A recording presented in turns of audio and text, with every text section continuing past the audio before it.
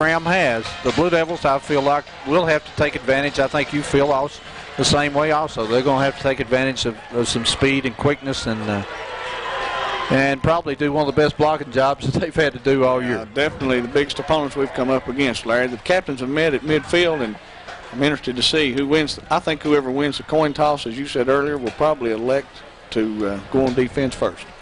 I think you're probably right. Mark, I noticed Mr. Steve Sheets is the referee tonight, and one of our old baseball buddies, Mr. P.G. Wingfield, I see P.G. is also in this crew, and that's the only two people that I recognize so far. As Mr. Sheets has made the toss, and evidently right now he's discussing the options with Gate City, I think. I believe Gate City must have won.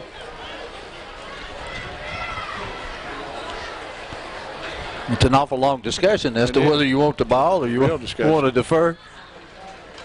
And tonight, the Graham, to tell you people, the Graham G-Men Marching Band is going to be sitting right in front of us. So right underneath us. Right, yes, underneath.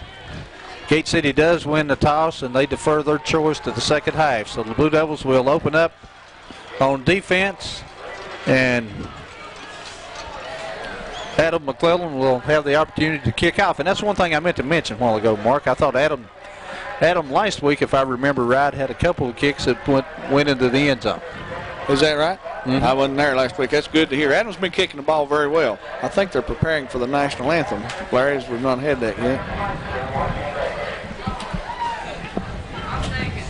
Yeah, they are.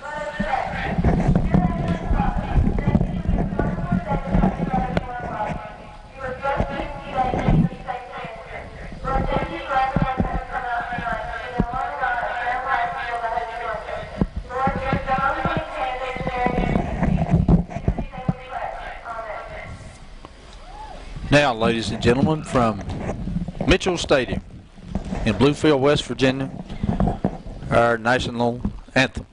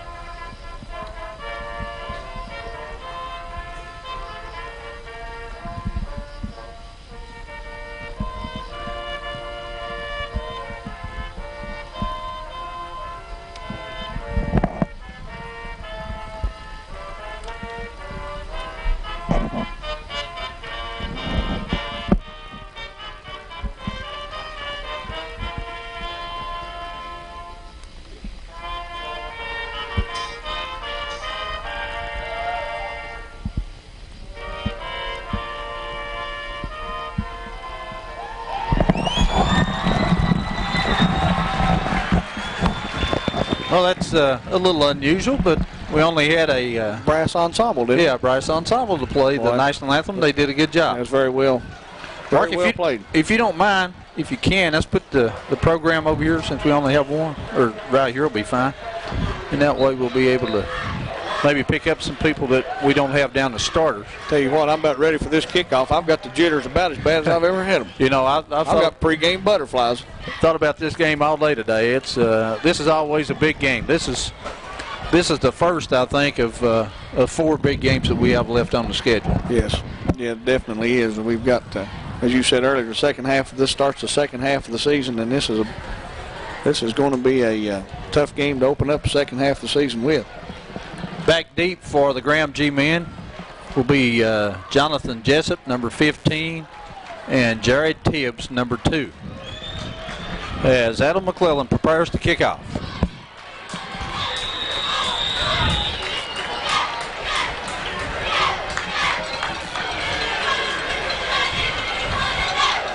And Adam comes up to the football and hits a end-over-end kick. It's fielded by Jessup at his 6. He's across the 15, the 20, gets across the 25, struggles forward across the 30 up to about the 33-yard line. Some pretty good running that time by Jessup, Mark, and pretty good field position for the G-men. Well, it sure is. He brought it right back up the center of the field, Larry, and was able to get back, as you said, across the 30, and that's a pretty good return.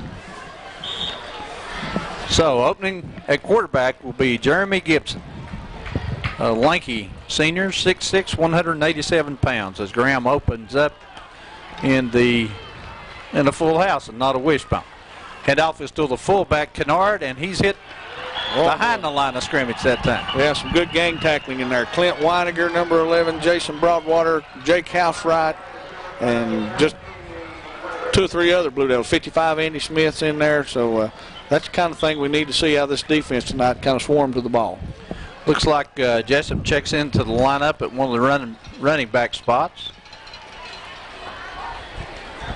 Gibson, the quarterback, as this time they go to the wishbone set. And one of the guards moved, and now I see a flag. Yeah, the flag, I was beginning to wonder, but they shifted the G-men shifted the line that time and went unbalanced to the right. Larry put a man in motion and set him up as a tight end on the right side, went unbalanced and caused the guard to move in there. For those of you who are listening to the live audio broadcast, the G-men will be moving from left to right.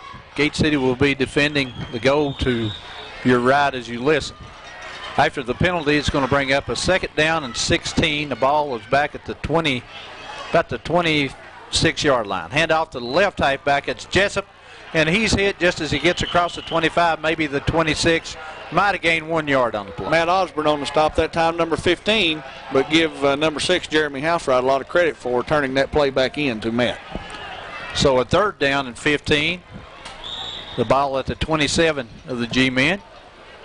Also, Ed Britt deserves a lot of credit for help turning that play back in, too. Graham this time again in the wishbone. Gibson, the quarterback for the G-men. He hands off, fakes a handoff, throws a long pass down the middle. Blue Devils have it pretty well defended. Pass is overthrown and incomplete. Blue Devils were defending with Jeremy Housewright and Ed Britt. Yeah, the receiver that time waved for the ball, Larry, like he was open. Actually, he was double covered. I don't see he had any chance to get the ball, but he was waving for it. He wanted it bad, but... you know, Mark, I actually thought he left a half a count early. It looked like to me there was some movement, too. So it brings up a 4th down and 15. Back deep to do the punting for Graham is number 9. That's Stephen Gunther. And back deep for the Blue Devils is Housewright and Osborne. A line drive punt that goes over Osborne's head. He feels it at about the 16, circles back, and is tackled when he gets back up to about the 24. A good tackle that time by Jared Tibbs, an ankle tackle. Yeah, Tibbs just got a hand in there, but I tell you, Matt Osborne did a pretty wise thing. He let the ball go over his head, but then he wisely took it on first bounce. Had he not taken that ball, I don't believe it would have went into the end zone, and the Devils could have very well been inside the 10-yard line. Field position. They Blue Devils going to start out at their, looks like a ball spotted on the 20, about the 23. And the Blue Devils come out with a unbalanced line, strong right, a wingback set left. Wingback Britt goes in motion. They fake the Housewright. Osborne on the keeper, gets up across the 25, maybe just a hair across the 25, a gain of looks like about 3 yards on the play. Yeah, just as Coach Collabro kind of let us in on, we're going to put a lot of people in motion, and Ed Britt, the man in motion that time to try to kick out an end, did a pretty good job too, Larry. Saw big Andy Smith going out of the lineup this time, Mark, kind of holding an arm, his left arm. Oh, that's not good news. I didn't see him go out. 2nd down and 7 from the Blue Devil 25. Britt in motion again. Hand off to Housewright, running off a right tackle. Gets up to about the 30-yard line, a gain of about 5-6 yards on the play. Yeah, pretty good gain that time. And again, Britt went into motion to his right. Makes a good block on the end. As Brandon Seaver checks in. I believe Brandon in this lineup tonight is going at a tight end spot along with Anthony Collabro. Yeah, the way he's lined up now, we're lined up in a double wing back with one back in the backfield. Wing back McClellan goes in motion. Hand off to Housewright, and he struggles forward to about the 32. He's going to be maybe a half yard short of a first down. Depends on the spot. Well, I'll tell you, this is a good spot. He's less than a yard short. They're going to call for a measurement.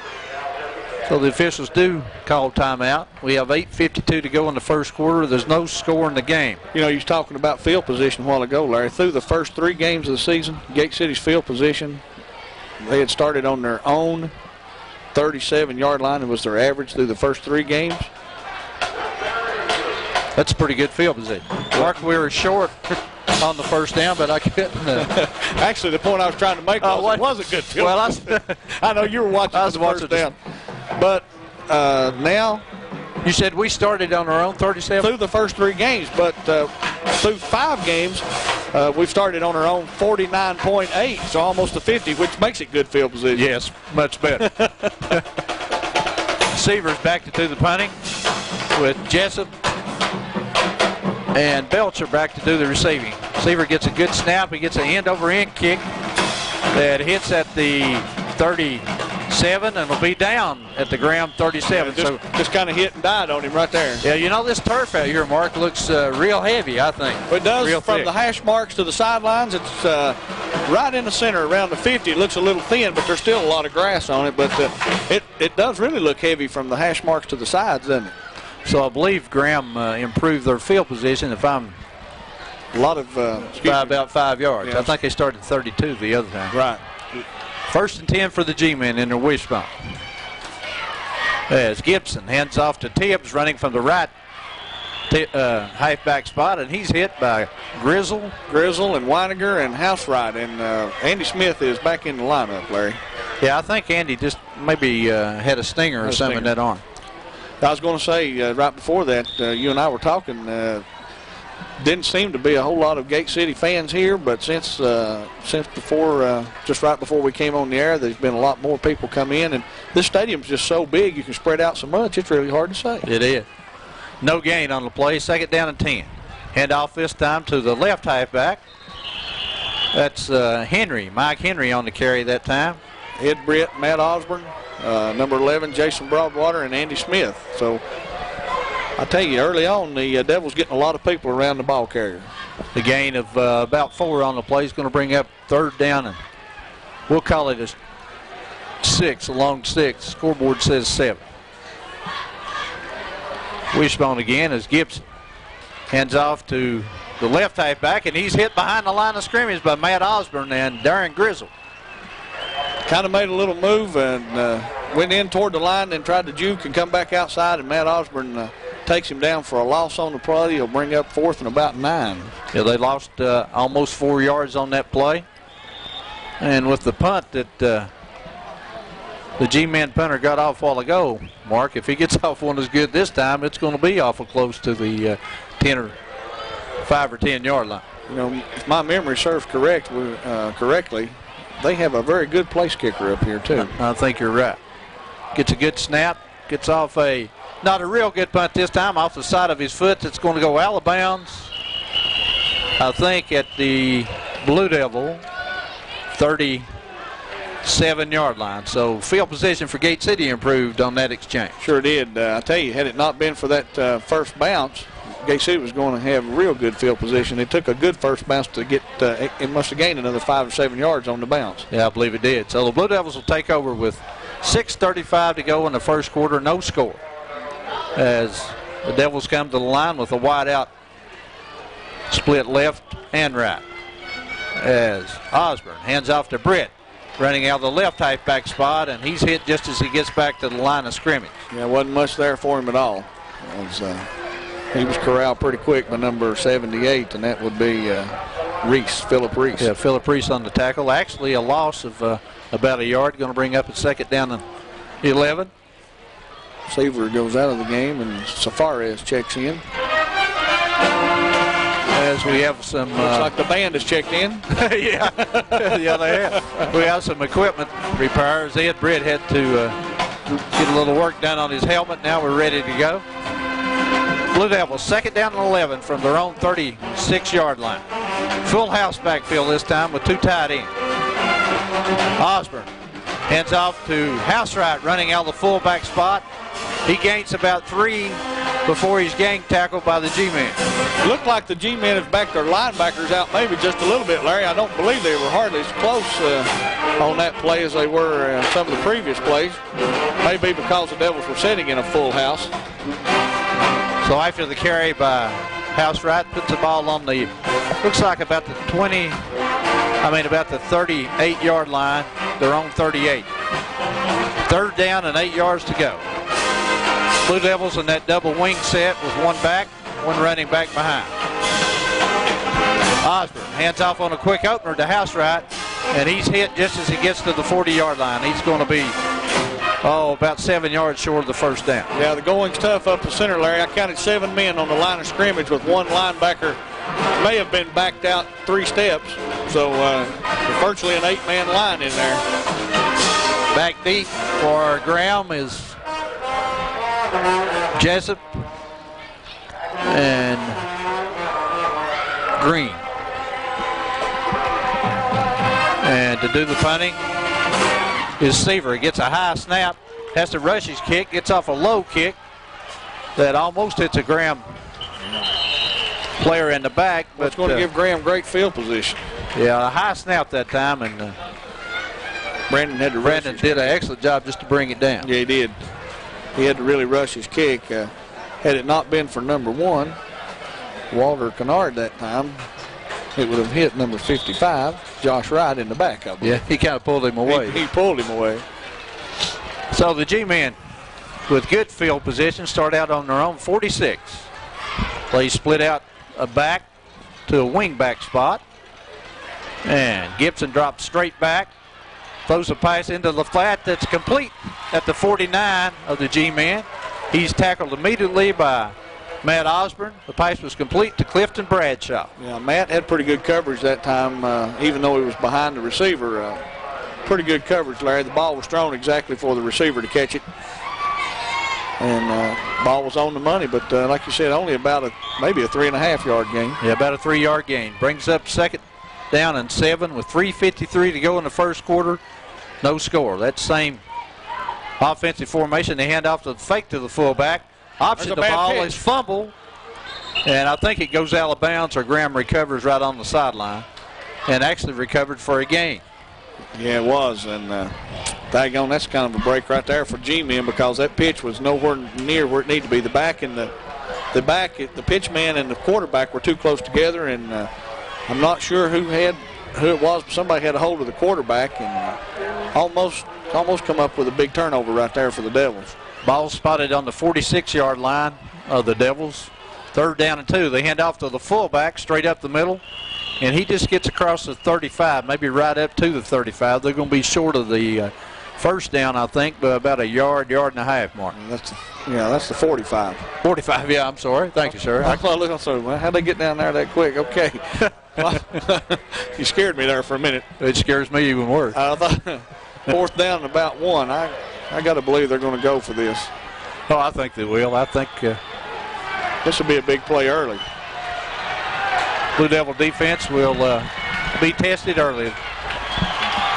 4th down and 1 on the Blue Devil 45. 6-man defensive line for the Devils. Long count. Try to draw the Blue Devils off sides, I think. As Gibson again goes with a long count. Yeah, it's not going to work. Devils hold pat. That's a long 25 seconds. Got to be seconds. too much time. Got to be 20. There it is.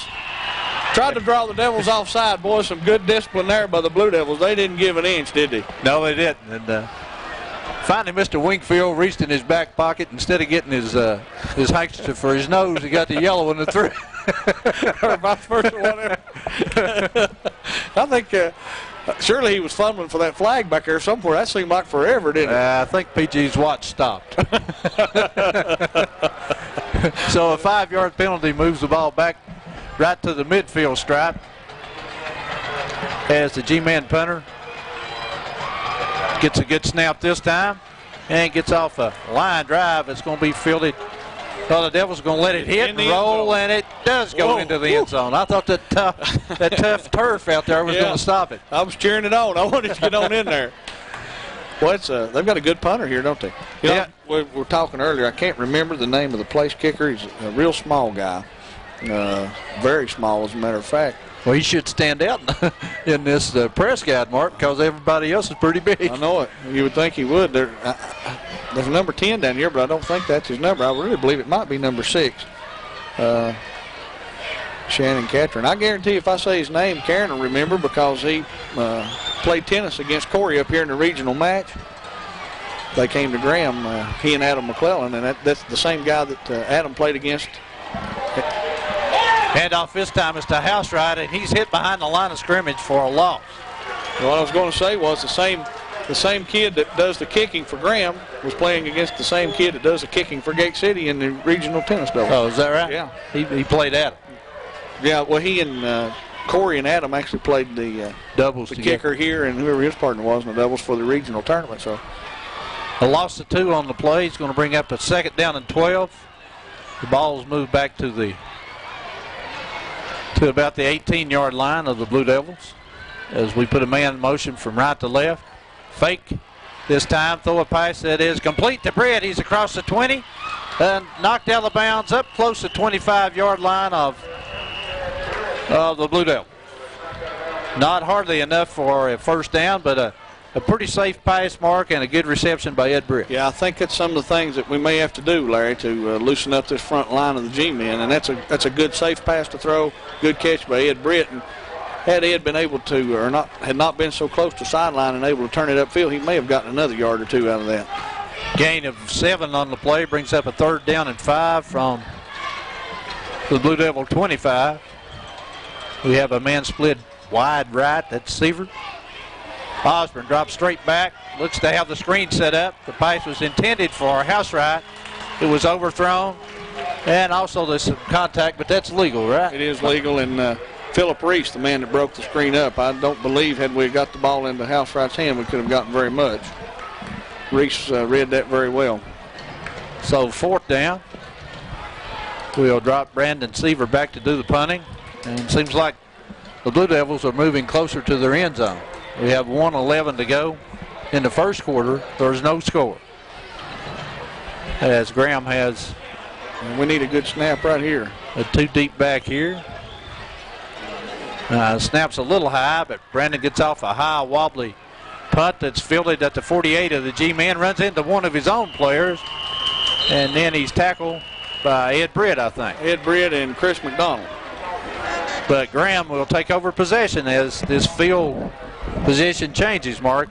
It seems like on every series, Graham now takes over possession in Blue Devil territory at the 48. So first quarter here, Graham's won the field position battle.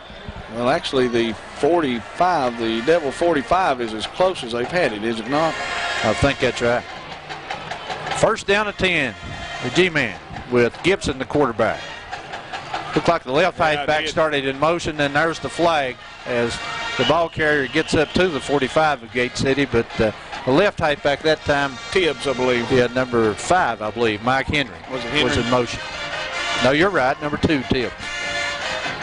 Well, either way, one of them was in motion real early. Yeah, whichever one of them it was left too soon. Yeah, sure did. I thought, boy, he's got a real run and go at this block, hasn't he? I thought at first he's going to go in motion. If I'm going to go out there to block Jake Housewright as a linebacker, if that's my assignment as a running back to block the linebacker, I'm going to get a run and go at Jake too. As fast as I can. Yes, I would too. So after the 5-yard penalty, it moves the ball back into G-man territory at their own 46-yard line. We have 57 seconds to go in the first quarter. There's no score. First down and 15 for the G-man. The G-man in that wishbone with 2 tight ends. Gibson hands off to the right halfback Tibbs. He breaks the tackle, breaks another tackle, gets into Blue Devil territory at the 45, maybe down to the 44 of Gate City. Yeah, finally brought down by Andy Smith in there, and I'm not sure, maybe Chris McDonald. Is Chris in? No, I believe that's 42. That's Nick Colorado, but the gain of time by Tibbs. The gain of 10 yards on that play brings up a 2nd down and 5 from the Blue Devil 45. Wishbone set again for the G-men. Hand off to the right halfback Tibbs, and boy, he's hit a lick. I'm telling you. Fumble. I believe it's a fumble on the play. They're going to say he was down. Well, they're calling him down. They were going to say he was down. Boy, Jake Housewright. He was down He and was out. down. There's no question about him being down. That was a shot. I don't see how you See why he was trying to get that run and go early a while ago, don't you? Yes, I do. No gain on the play, maybe a half-yard loss, brings up a 3rd down and 6, and that's the end of the first quarter. We'll tell you that at the end of one quarter, the Blue Devils 0, the Graham G-Men 0. At the end of the first quarter, we'll tell you that Gate City Blue Devil football on Cablevision, Channel 30, is brought to you by Gate City Ford. At Gate City Ford, a factory-authorized clearance sale is nearing an end, and huge rebates are available on remaining 97 vehicles, with special financing available as low as 2.9%. There are less than 20 1997 vehicles left, so act fast to cash in on your great sale. By Roberts Tire and Recapping. At Roberts Tire and Recapping, problems with your tires, brakes, or air conditioning will be eliminated at the best prices in town. Need an alignment or tune-up? Bring your car to Roberts. You'll be glad you did. By Scott Telecom and Electronics. Scott Telecom and Electronics takes pride in providing dedicated service to the communities of Scott County. From quality cable television to cellular phone service, STE is big enough to serve you, small enough to care. By State Line Graphics. For quality offset and screen printing for all your business and personal needs, visit State Line Graphics. Serving Southwest Virginia and Northeast Tennessee since 1989. I'll tell you one thing. We didn't get the fumble recovery on that, Larry, but I'll tell you one thing. I guarantee you Mr. Tibbs knows that he's been hit. Well, that's one of the hardest licks I've seen all year at that time. 3rd down and 5 from the Blue Devil 44. They hand off, fake the handoff to the fullback. The quarterback keeps, and he's hit for a loss by Calhoun and Housewright. Good job that time to come out looking to option the ball off, and he had nowhere to take the ball. He was shut off on every avenue. So after the good run by Tibbs to get back into Blue Devil territory, the defense puts up a good stand. And Graham drops back. Gunter, G-U-N-T-E-R. Is that right? Gunter. Do the punting. He's not hardly as deep as usual, Mark. Gets off a wobbly kick off the side of his foot here that hits at the Blue Devil 25 and is down by the G-Men at the Blue Devil 24. So it looks like it's feast or famine for Guthrie. Yeah, it sure is. He either boots him long or boots him off the side of his foot, doesn't he? Right now he's 2 for 4 because he's had 2 long punts and 2 short punts. Yes, he is. So he's so the Blue Devils really get a break there because Graham had good field position to punt the ball and a chance to drive Gate City deep with a good punt. Gate City got a little bit more room to work with. They're out at the 23-yard line. Start out at their own 23. Pro set this time as a handoff to Housewright, and the G-Men had that play covered all the way. I don't see how Jake kept from fumbling the football. Jake got hit about the time he received the ball. Number 71, Casey Farmer for the G-Men, doing a good job. Looked like he came in just untouched, Larry, and almost, as you said, almost got the handoff, I believe. Loss of 1 on the play as the last 2 or 3 running plays the Blue Devils have had, Mark, have been shut down pretty good. Yeah, I think we got to open that front line up a little bit. We got to do something to get some people outside. Pro set again as Osborne runs the option. Pitches back to Ed Britt, trying to get around the corner, gets up across the 20, back just about to the line of scrimmage. Yeah, Matt was being helped by the jersey as he pitched the ball to Ed. Still made a good pitch, but after Ed received the ball, had 2 G-men looking him dead in the eye there, so not much room on this side of the field to run the option. Gain of, we'll call it 2 on the play. Brings up a 3rd down and 9 from the Blue Devil 24. 10:34 to go in the second quarter, no score. It's been kind of what we thought it would be, Mark. So far in the game, defensive struggle. It's strictly a defensive struggle right now. Pro set this time. As a creeper corners up, they run the option to Britt running left. Gets a corner, gets a crease. He's across the 40. The 45 midfield as he started to make a cut, he slipped. as he gets into the G-man territory at the 48. Well, that's good execution right there. There was no running room on the right side, or on Ed's right side to play before, but a lot of running room on the left side that time. And Ed hit the seam, as you said, hit that crease, and boy, he was gone. And if he could have just held his footing just a little more, I believe he could have. Yeah, I believe he could have cut back to the middle like he's trying to do, and it was all open field. But for the first time, I think the Blue Devils are in G-man territory at the 49-yard line. That's definitely the biggest run from scrimmage for either team tonight. Blue Devils go into a wishbone set themselves with 2 tight ends. Osborne hands off to Roberts running left. Gets around the corner, picks up maybe 3 yards on the play, up close to the 45-yard line of the G-men. Yeah, he's forced out of bounds over there by a couple of red jerseys, number 4 being Clifton Bradshaw, number 28 also for the G-men, thank you, sir, James Green.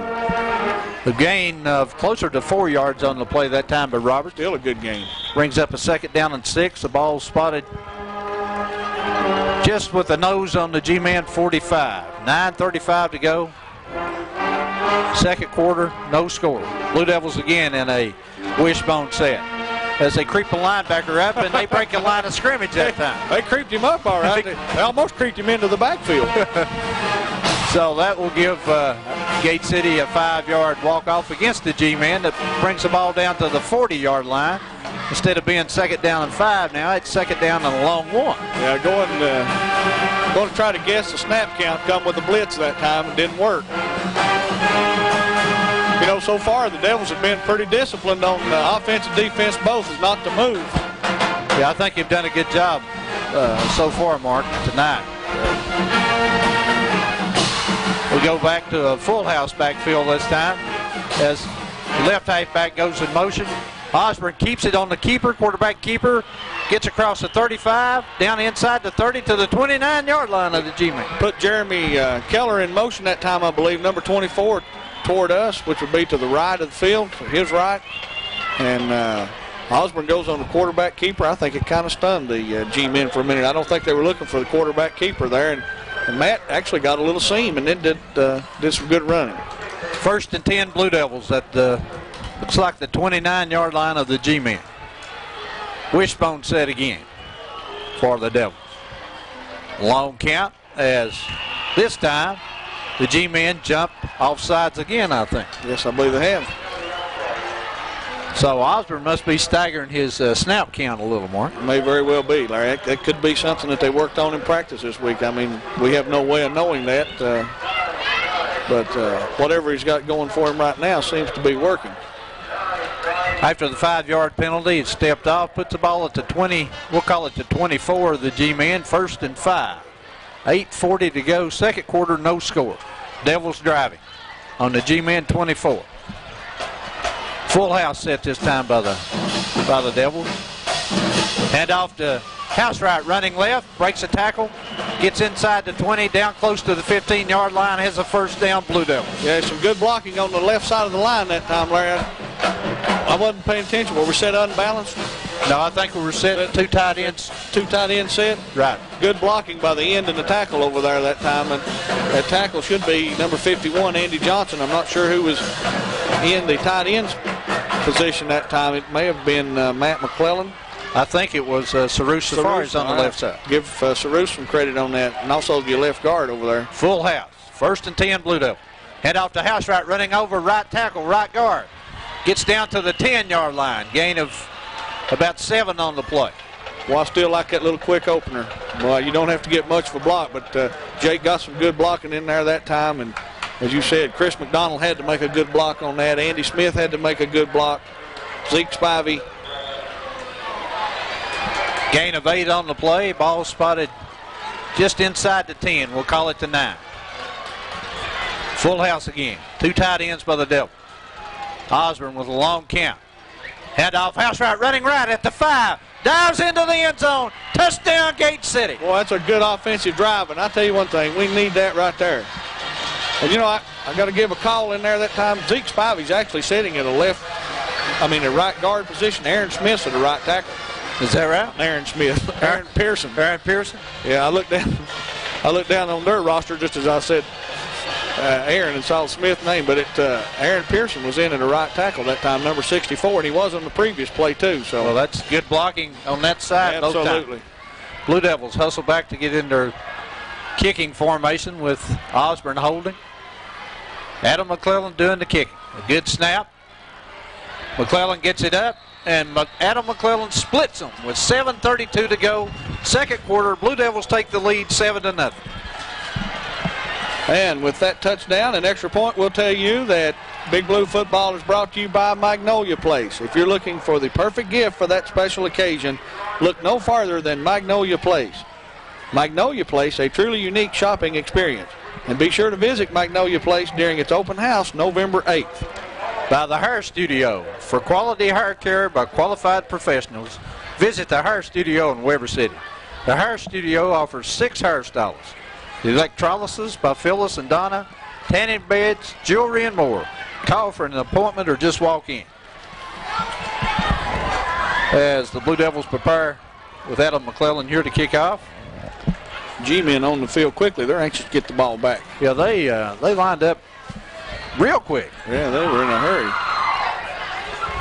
Back deep is Tibbs, and what's 15? Jessup, isn't it, Mark? 15, Tibbs and Jessup. Jonathan Jessup. As McClellan is going to line the ball up on the right hash mark and kicks it off diagonally across the field. Tibbs fields at the 12, gets up to the 20, gets a crease, and he's hit and knocked down on an ankle tackle at the Blue Devil 35. Number 81. Is that not John Britt? Yeah, I thought it was. Good tackle by John Britt, actually able to trip him up, and you're right, he had a crease in there. They bring a wedge. They pull their blockers into the center. So far, they've returned everything to the center of the field, and they pull those blockers in there and create that wedge, and John Britt getting through the wedge and able to bust it up. So pretty good field position again for the G-men as they start at their own 35-yard line. They're in that wishbone. Hand off to the right halfback, and you back in there this time.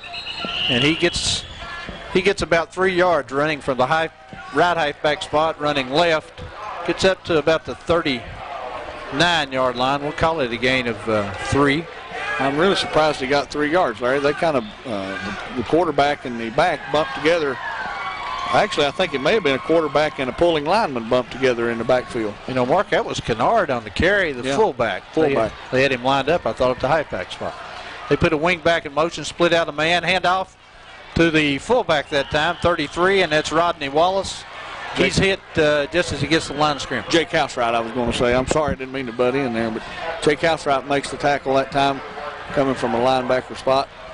That was one of those things in the walkthrough the other day that the defensive coaches were really talking about. You know, they split this guy out, they try to spread you out, and you got to hold your spot if you're in the middle to be able to stop that fullback dive.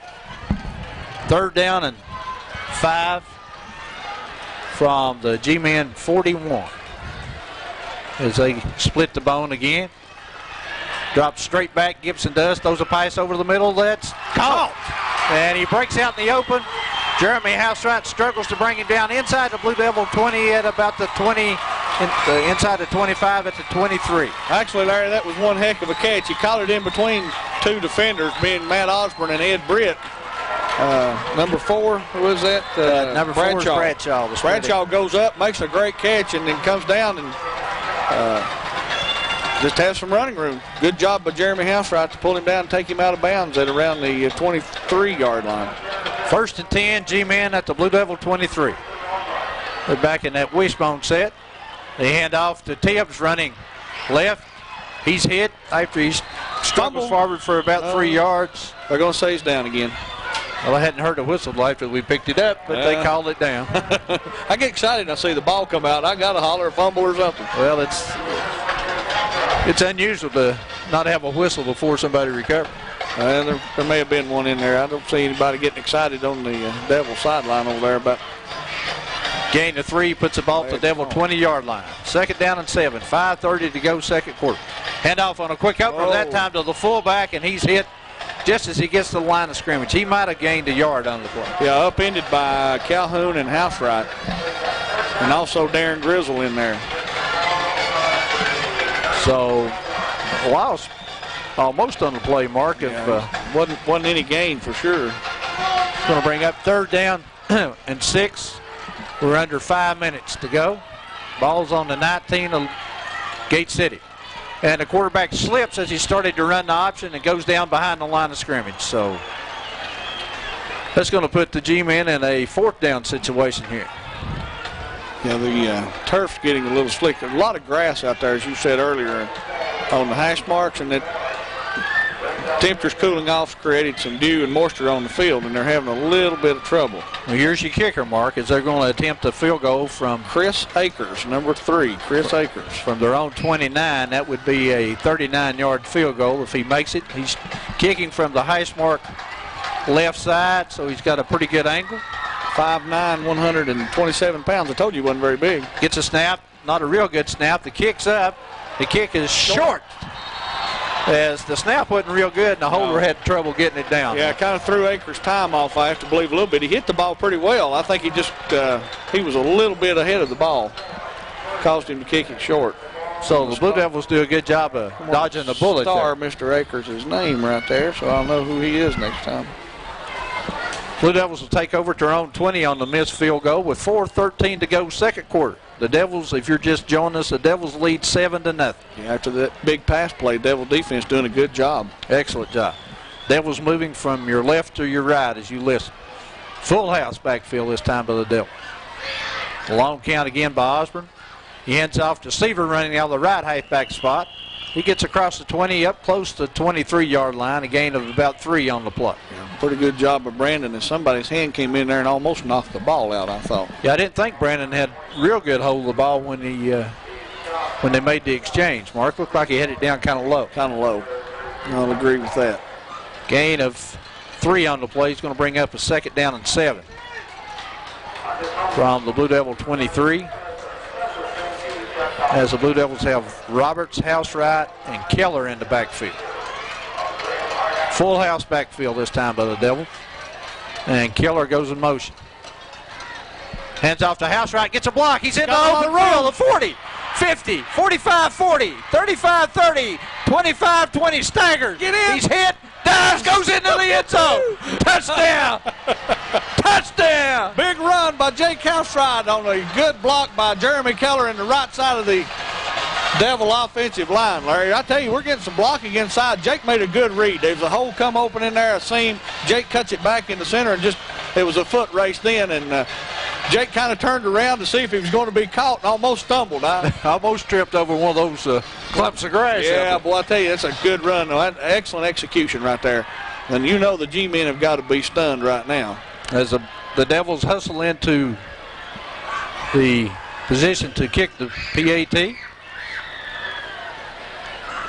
Doing the snap at his Grizzle, a good snap. Osborne gets it down. McClellan gets it up. And again, Adam McClellan splits the upright. So with 3:19 to go, 2nd quarter, Blue Devils jump ahead 14-0. Big Blue football on Cablevision. Channel 30 is brought to you by Gate City Motor Company. If you're in the market for a used car or truck, check out Gate City Motor Company.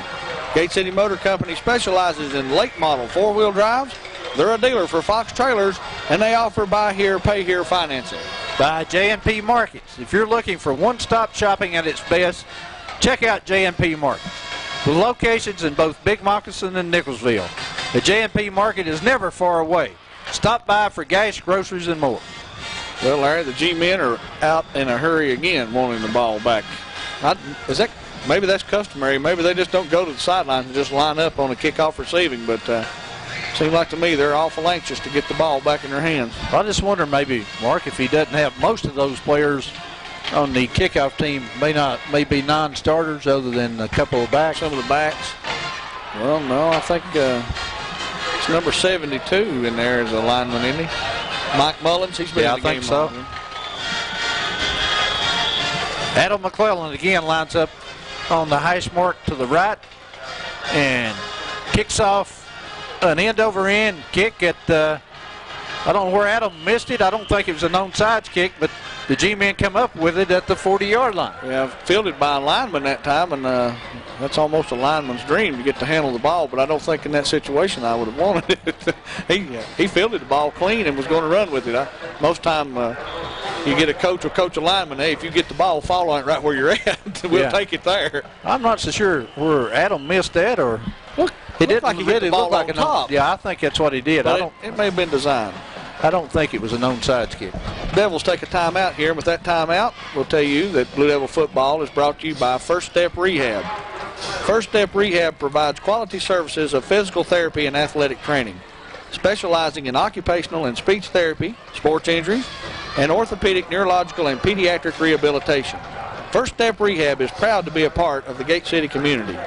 Big Blue football is also brought to you by Weber City Drug Center, Darty Brothers Chevrolet GOG Beagle, Doc Whitley Nationwide Insurance, Athletics Unlimited, Photogenius Image Consultants, Valley View Animal Clinic, Big Break Exxon, Scott Jewelers, The Doghouse, Delegate Terry Kilgore, Uncommon Goods, Showtime Video, Fantastic Sports, Southern Finance, and Robinette Steel. Thanks to all these fine sponsors who help bring you Gate City Blue Devil football each week. Larry, while we've got a few minutes here, I want to say a big welcome home to my uncle, Edmund Bowling, who just got out of the hospital after a lengthy stay over at Indian Path and Hospital and Transitional Care Unit. This will be the first time he's got to listen to you and I in about a little over a month. Well, I'd say that was worse for him than being in the hospital, not being able to hear. It may have been. I hope we don't drive him back to the hospital. The G-men split out a receiver wide left. As Gibson hands off to Tibbs, running from the right halfback spot. He gets a crease. He's across midfield. Holding here. He's across the 40, inside the Blue Devil 20, down to the inside the Blue Devil 35, down to the 30-yard line of Gate City. Let me have that flag. I want to throw it. I don't know where you can get it down there or not, but I saw the block that you were talking about. It looked like a hold. I thought he had a hold of his jersey, but I could be wrong. But there's that student body left play. Right. That we were talking about, a lot of sweeps. They like to run sweeps, and that one worked very well for them. We're inside of 3 minutes. The G-men back in the wishbone again with Gibson, the quarterback. He hands off to Tibbs again. He's hit behind the line of scrimmage, breaks that tackle, and gets back to the line of scrimmage before he's hit by Weininger and Grizzle for a gain of about 1 on the play. It was hit initially by Nick Collabro, number 42. Also need to say hello to a buddy of ours that helped us out a couple of weeks ago, Dexter Harmon. Dexter helped me out of a kind of a spot today, and we'll tell him how much I appreciate that. Well, old Dexter really helped us out at Lebanon the other night. Yeah, he sure did. I told him that we'd make mention of the fact that he was a help every now and then. 2nd down and 9 as they go unbalanced left. They hand off to the fullback, and he's hit behind the line of scrimmage. And now we have a flag. No, it's a marker. Is that a marker? Yes, sir. Well, Blue Devils almost hit him late, too. Almost. The official was busy throwing in a beanbag, I think. Couldn't reach for both at the same time. Kennard was a running back. Did you get who made the tackle? Well, where do you want me to start? There's about 5 of them. There's several Blue Devils in there. A loss that time on the play. Spots the ball at the 31-yard line of Gate City. We have 1:49 to go. 3rd down and 11. As they break that bone again and have a wing back and a back sit out to the left. A long pass going into the end zone. That is dropped. Incomplete. Just off the fingertips of the tight end, I believe. Is that number 85, Chad Lawson? No, number 15. 15? Jessup. Coverage by Brandon Seaver. Brandon was watching the ball and actually got a little too much separation. Yeah, too much separation as he kept his eye on the ball. And also he stumbled just a little bit, Larry. And Jessup just flat out dropped a touchdown. Well, I think can't call it any other way. I think if Brandon Seaver did anything that time, he may have got a hand up just in time to maybe break his attention. Yeah, break his attention, because he did try to go up and tip it.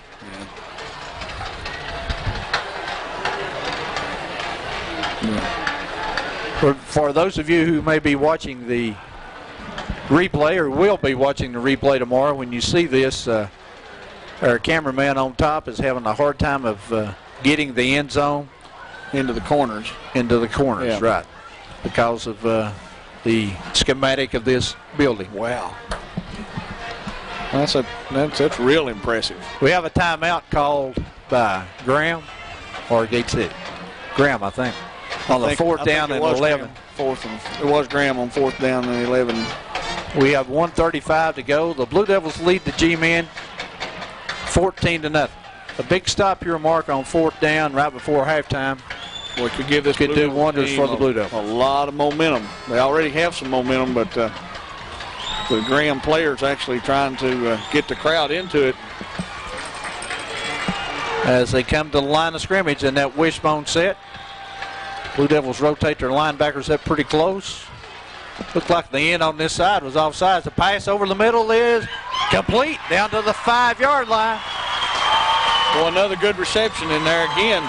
That's number 4, Clifton Bradshaw. And, looked like Seaver had the coverage, but Bradshaw made the catch as he was actually going down. The ball was thrown a little bit low. That's just a good reception. Well, that's a good pass. It wasn't anybody else going to get that ball except the receiver, Mark. Well, I tell you, that moves them down inside the 10 to, like you said, about the 6-yard line. 1st and goal at the 6. 1:25 to go before the half. Devils lead 14-0 as they split out a receiver. Tight end goes out to a split end on the left. As Gibson hands off to Tibbs. Breaks a tackle in the backfield.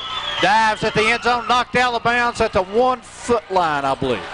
He finally knocked out of bounds. Somebody had a hand on him back in the backfield to try to trip him up, but was that Clint Weiniger or Brandon Seaver made a goal line stand over there and got some help from Jed Calfright?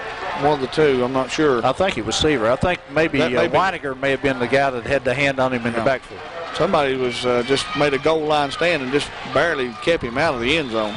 So it's 2nd down and goal with 1:08 to go before the half. From the 1-foot line, Gibson hands off to Tibbs, dives into the end zone, touchdown G-Men.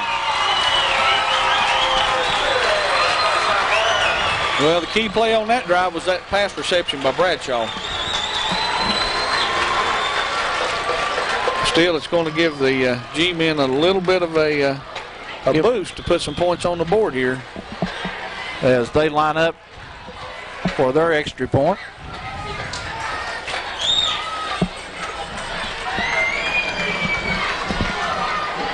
And the snap, the kicker is Akers. Gets a high snap. They get it down. Akers gets it up. And the kick is good. So with 1:05 to go before the half, the Blue Devils lead has been cut in half from 14-0 down to 14-7. Well, Larry, that's exactly what we didn't want to see. It would have been nice to have gone in with a 14-point lead. And the Devils still have 1 minute and 5 seconds left to counter that. And I'm sure they'll try to get some points on the board. But if we can come back right here with this 1 minute and 5 seconds and punch it back in, that's going to swing the momentum the other way. Mark, it looks like all the running plays so far, all the yardage has been gained running left by the G-Men. Well, what yardage they have, I'll be interested to see the stats at halftime. I don't think they're going to have a whole lot of rushing yards, but Tibbs he's had some pretty good yards running, running left. Yeah, over the left side, but Bradshaw right now seems to be the man of the hour with 2 key pass receptions in the first half. Doing the placement kicking is number 51, Kegley, John Kegley, as the Blue Devils have back deep Britt Houseright, I think, and Safari. Britt Seaver and Safari. As Kegley approaches the football and kicks a high end-over-end kick at Ed Britt, fields inside his 5 at the 3. He's up to the 10, the 20, gets a good block, gets across the 30, up close to the 35-yard line. About the 33 of Gate City, where they'll take over with 59 seconds to go before the half. The Devils lead the G-Men 14-7. Pretty good kick that time. Yeah, it was a pretty good kick. Ed got a crease over there and hit the seam very well, but it's a good return. Got good field position. 59 seconds. Be interesting to see. We can get first of all, we need to get the right personnel in the game. As Britt checks out and Keller checks into the backfield, Blue Devils full house. No, they're going to a wishbone set. Osborne hands off to Seaver, running from the right halfback spot, and he's hit just as he gets to the line of scrimmage. Actually, I think Brandon may have slipped a little bit. You know, if you remember, Mark, the last time we were up here, we had a lot of slipping going on the field. Yeah. Josh Shoemaker slipped, I bet.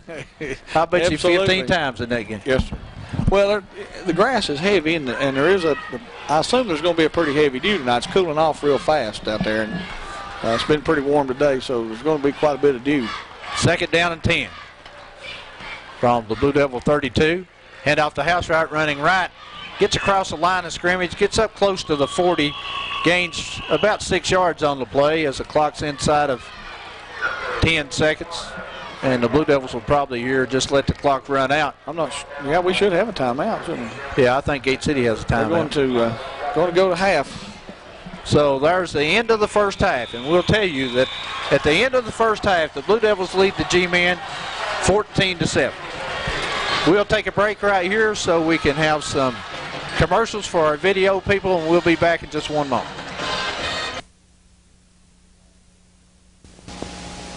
At State Line Graphics, quality offset and screen printing is available from experienced staff at reasonable prices.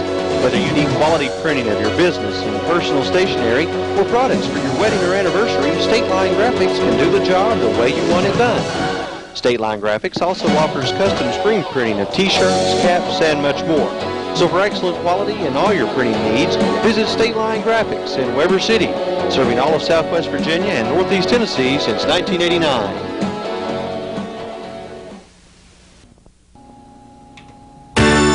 For professional hair care, visit the Hair Studio in Weber City. The Hair Studio specializes in cuts, perms, color and highlights, and sells quality Matrix and Redken products. At the Hair Studio, choose from 6 stylists: Karen, Conda, Edna, Michelle, Scarlett, or Leanne. Also available is electrolysis by Phyllis and Donna, tanning beds, and jewelry. Call receptionist Leanne today for an appointment or just walk in. The Hair Studio, located across from Holston View Cemetery in Weber City.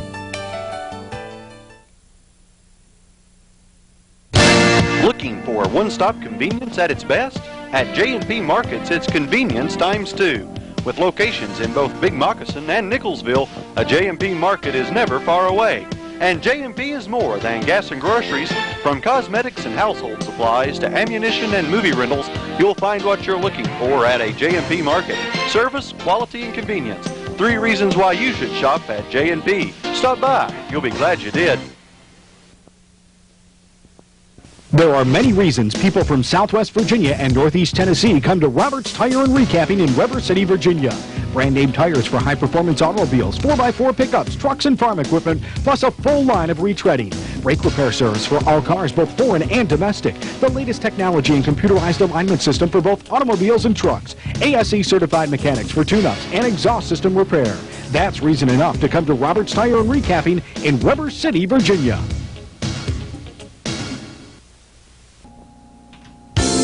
Looking for a great price on a used car or truck? Check out Gate City Motor Company. Gate City Motor Company is independently owned and operated and specializes in late model 4-wheel drives. But their selection doesn't stop there.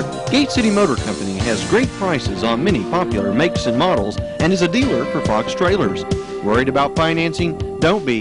With Buy Here, Pay Here financing, your dream car is yours even with bad credit or no credit. Gate City Motor Company, located next to the ABC store on Highway 23.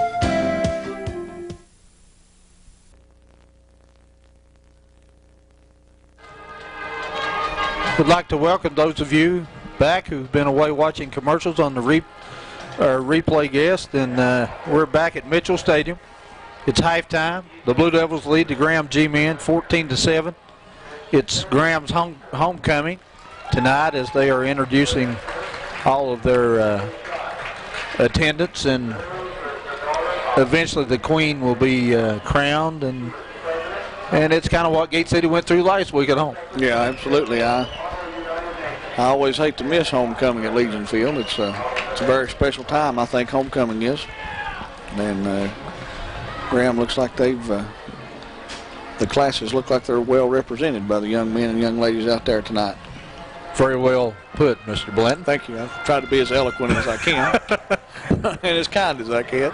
Question now: How much do you think that the touchdown that Graham scored right before the half is going to help their momentum starting in the second half. Blue Devils will get the football first.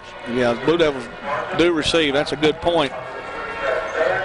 If the Blue Devils can come out, put together this drive, punch it in the end zone, I don't think it'll mean much. I think if Graham takes a little bit of momentum into the locker room by putting that score up right before half, they know that they can be scored on. They know that they've been scored on a big play. So I don't know if we can come out here and punch it in. I don't think it's going to mean a whole lot. I think it'll take, I think it'll knock Graham right back on their heels again. If they come out and stop this first drive and we come away with nothing, I think it can be very big. Yeah, I think if it's one of those deals where it's 3 and punt, that's really bad.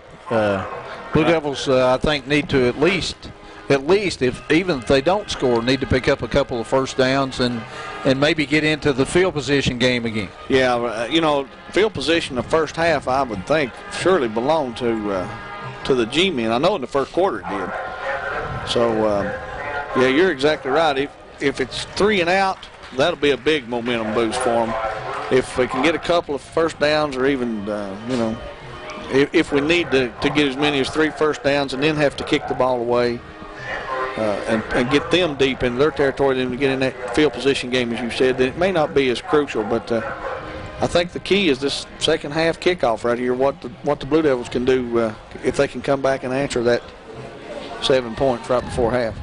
Back in the back of my head somewhere. That's a long way. You're not kidding. That's a long way. It seems to me like that we were in this situation one time before up here, and we came out second half to receive the second half kickoff. Coach Carlock came out and had an onside kick to start the second half. Do you remember anything like that? Well, to be quite honest, I don't remember it, but that certainly wouldn't surprise me.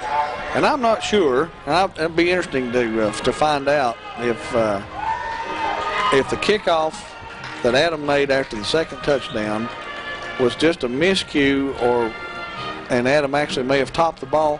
It looked like to me that was intentional. I'll be honest with you. The more I think about it, the more I think that it may have been intentional.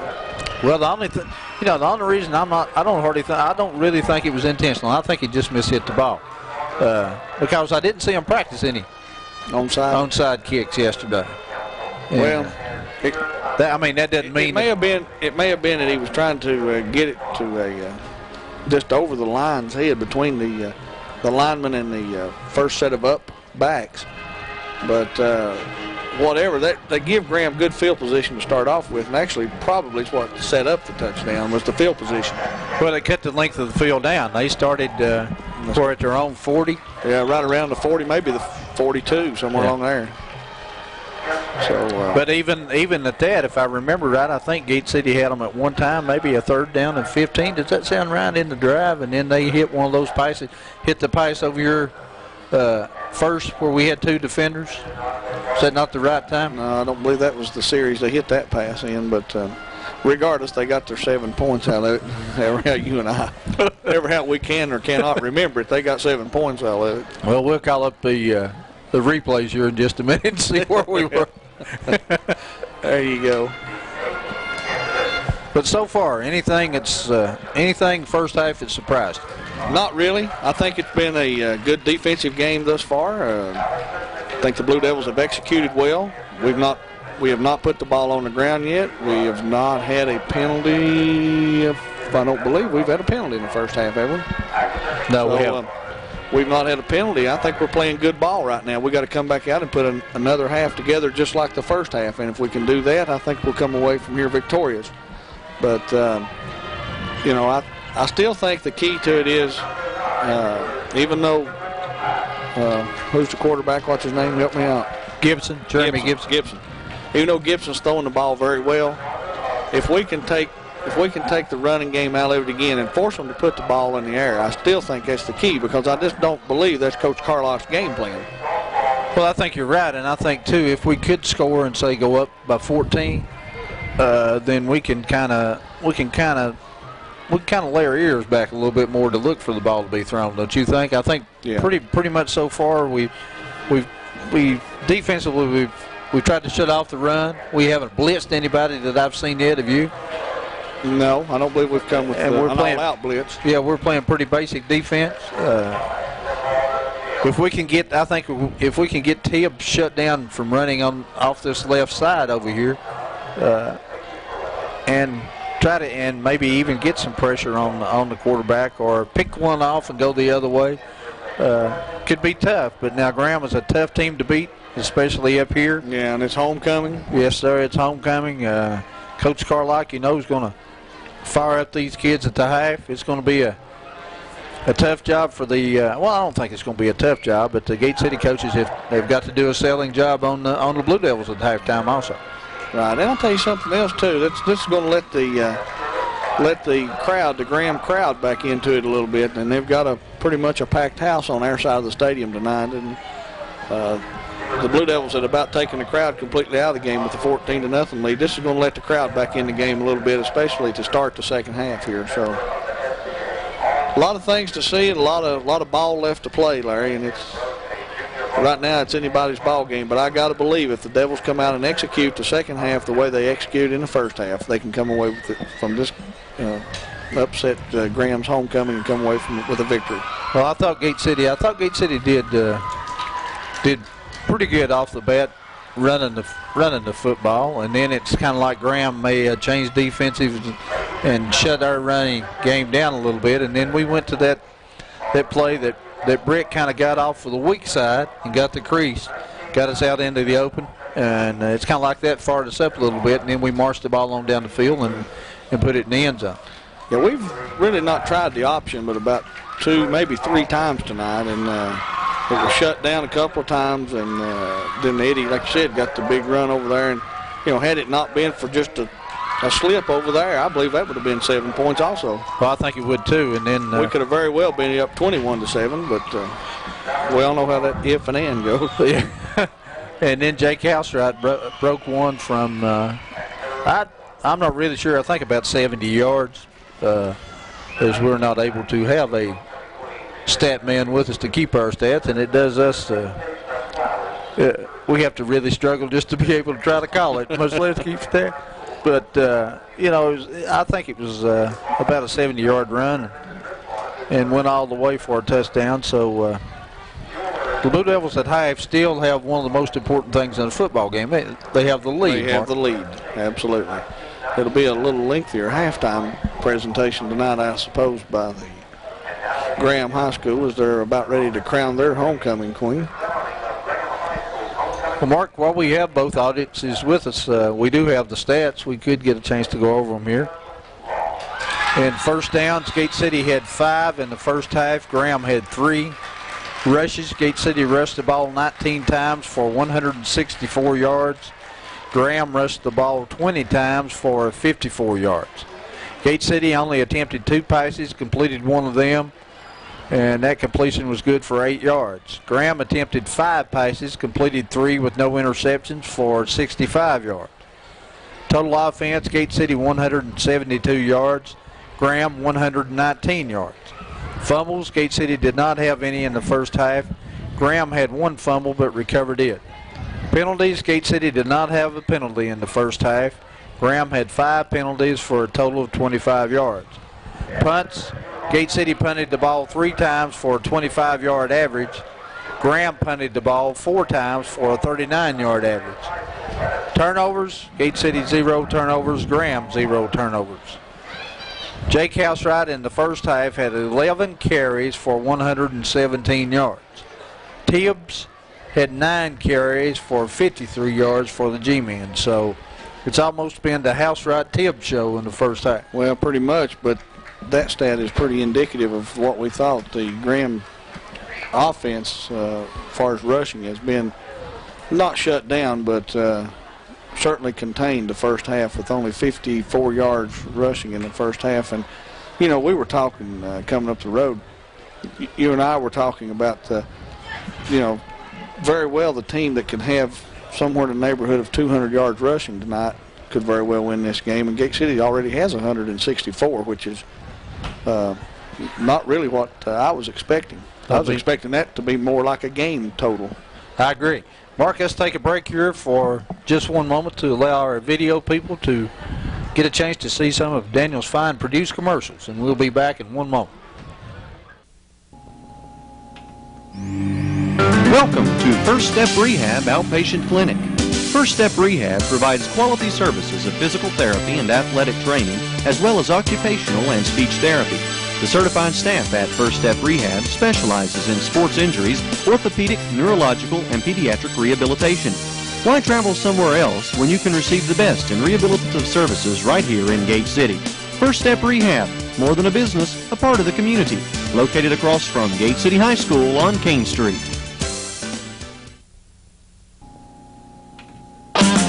At Gate City Ford, it's the biggest sales event of the year. A 97 factory-authorized clearance sale is in progress, and prices on your favorite Ford vehicles have never been lower. During Gate City Ford's closeout sale, motor credit financing and bank rate financing makes it easy to have a new car in your driveway. Gate City Ford also offers a full line of used cars and trucks, as well as genuine Ford parts and service. And be sure to check out Gate City Ford's new used car center, specializing in four-wheel drive and sport utility vehicles. Gate City Ford, located on Highway 23 in Gate City.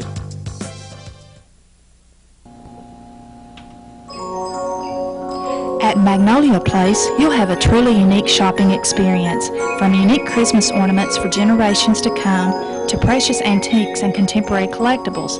From cuddly snowmen for those cold winter nights to bears of all sizes, our collection will truly make you happy. Complimentary gift wrapping, shipping, and the conduction of estate sales are more of the services offered at Magnolia Place.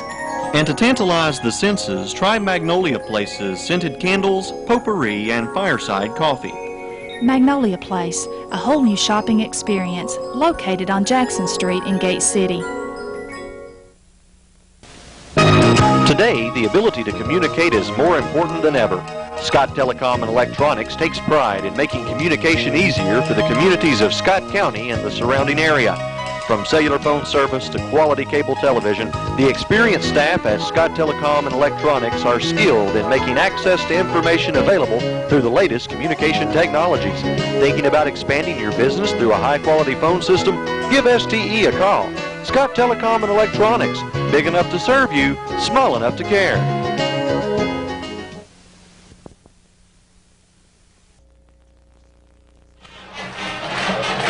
We'd like to welcome those of you back to the broadcast who've been away to see some of our commercials. It's at halftime. We're at Mitchell Stadium in Bluefield, West Virginia, on the campus of Bluefield College, where it's halftime again, we said, and the Blue Devils lead the Graham G men 14-7 as the Blue Devils have come back to the field to get in some calisthenics. What did I say? Exercise. That's a whole lot better word. Exercise. Exercise. I like to go from them $50 words down to them nickel words. You spent all yours tonight on schematic, though. So you're out of $50 words for the rest of the night. Well, that's the only $50 I had in here. Hey, while we take or while we've got time here, I should say, let's remind people of the Channel 30 program schedule. This varsity replay will be reshown along as is every varsity replay on Saturday mornings at 10 a.m. and Tuesdays at 6 p.m. Twin Springs, varsity games only. That's varsity home games only, Mondays at 5 p.m. Coach's Corner with Chuck Newton, Thursdays at 7 p.m., Fridays at 5 p.m. And Larry, while I'm mentioning Coach's Corner, I thought Chuck had a real good interview yesterday with Tom Beasley, and that was a real fine show yesterday. If you missed that yesterday, you really missed a good Coach's Corner. Yeah, I did too, Mark. I thought it was an excellent interview. Yeah, I did too. Gate City High School Band Field Show will be replayed Mondays at 4 p.m. The JV and varsity girls basketball home games will be replayed within 1 week of the scheduled game that week. Big Blue football, Blast from the Past, Saturdays at 3 p.m., Sundays at 7, and this week's game will be Gate City versus Lee, 1993. So be sure and tune in for Daniel's Blast from the Past. JV and 8th grade football. All games will be replayed separately within 1 week. Actually, 8th grade footballs are replayed on Wednesdays and at 5 o'clock, and JV on Sundays at 1 p.m. And the Abington game was canceled this past weekend, or this past Monday night. So there will be no replay this week of JV and 8th grade ball. So that's the Channel 30 program schedule. Be sure to check the crawl at the bottom of the screen and to catch your favorite program on Channel 30. You know, Mark, I had a chance to visit one of our sponsors today, the Hair Studio, and to get my ears lowered a little bit. And those fine young ladies down at the Hair Studio were complimenting Channel 30 on the broadcast, and I was glad to tell them that you know, we'd try to plug them a little bit other than their commercials, and that if they give me a discount on my haircut, I might even missed it 2 or 3 times. Well, I'm sure they did, and I'm sure you will. So, well, all of our sponsors are fine sponsors, and we're glad to have them aboard Channel 30. Without them, these broadcasts wouldn't be possible. We wouldn't be able to bring all you people at home listening on the live audio or the video replay these games each week. And I know how important that Big Blue football is to the Gate City community and to all the people surrounding communities. And be sure and get out and visit these fine sponsors. We're about to have the ceremonial There you go. Meeting of captains at midfield to discuss the options for the second half. I kind of believe the Devils will take the football since they declined their option till the second half. Wouldn't surprise me a bit if they didn't do such. Want to again say thanks to Heather Osborne, who's manning the controls back at the Channel 30 station. I appreciate Heather coming out tonight and flipping all the switches. Flipping all the right switches and monitoring the broadcast. And I'm sure that had there been a problem that we would already know, and Daniel would have let us know by now. So,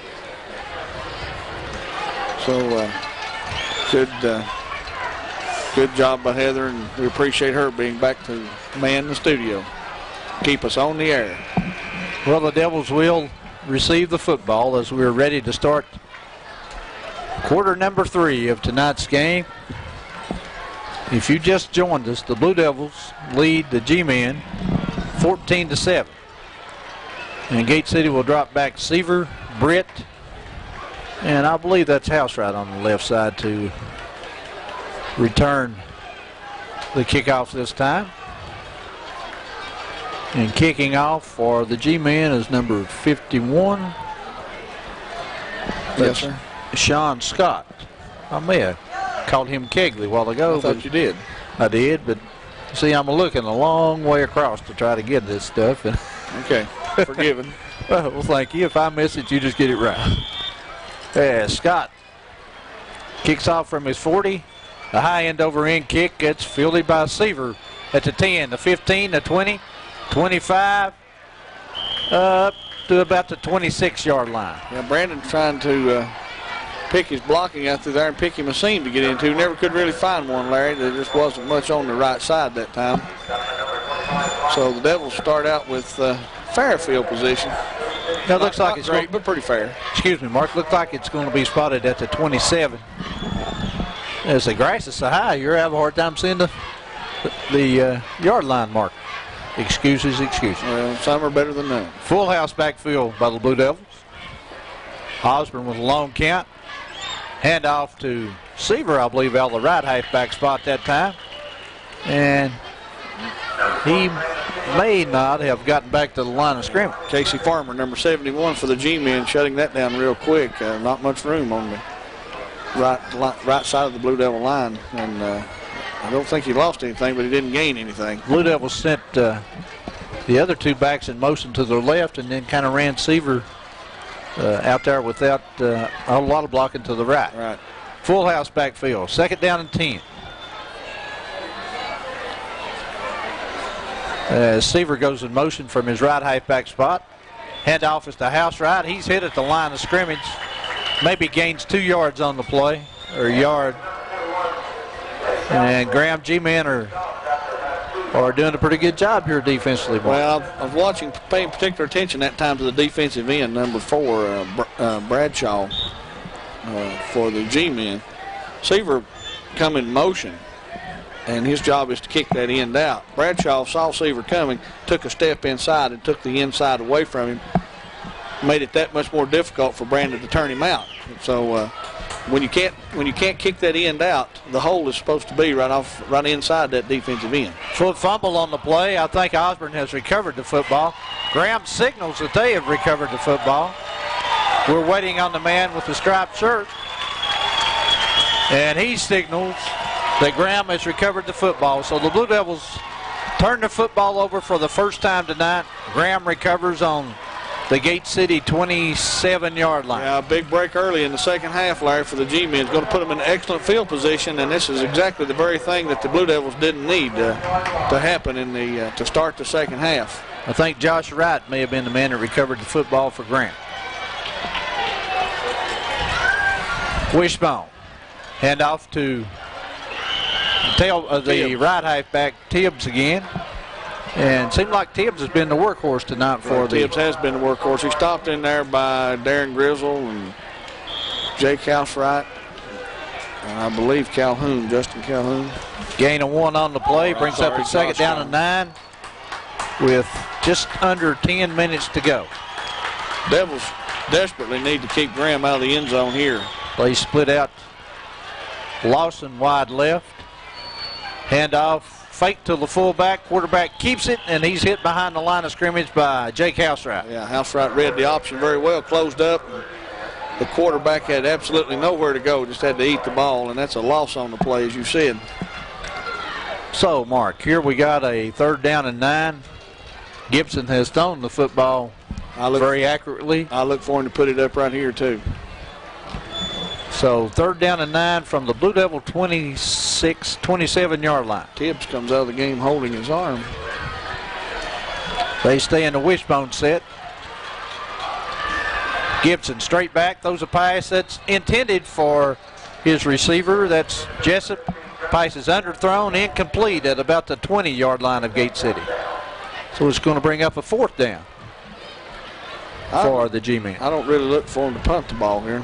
And I think they're too far to go for a field goal. So this could be a big defensive stand. Big play in the football game here either way. Big play early, and I think you're going to see them maybe go back to the air here. As Tibbs comes back into the lineup.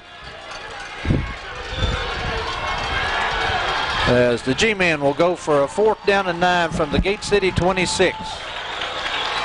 As Tibbs comes out to a wingback spot this time.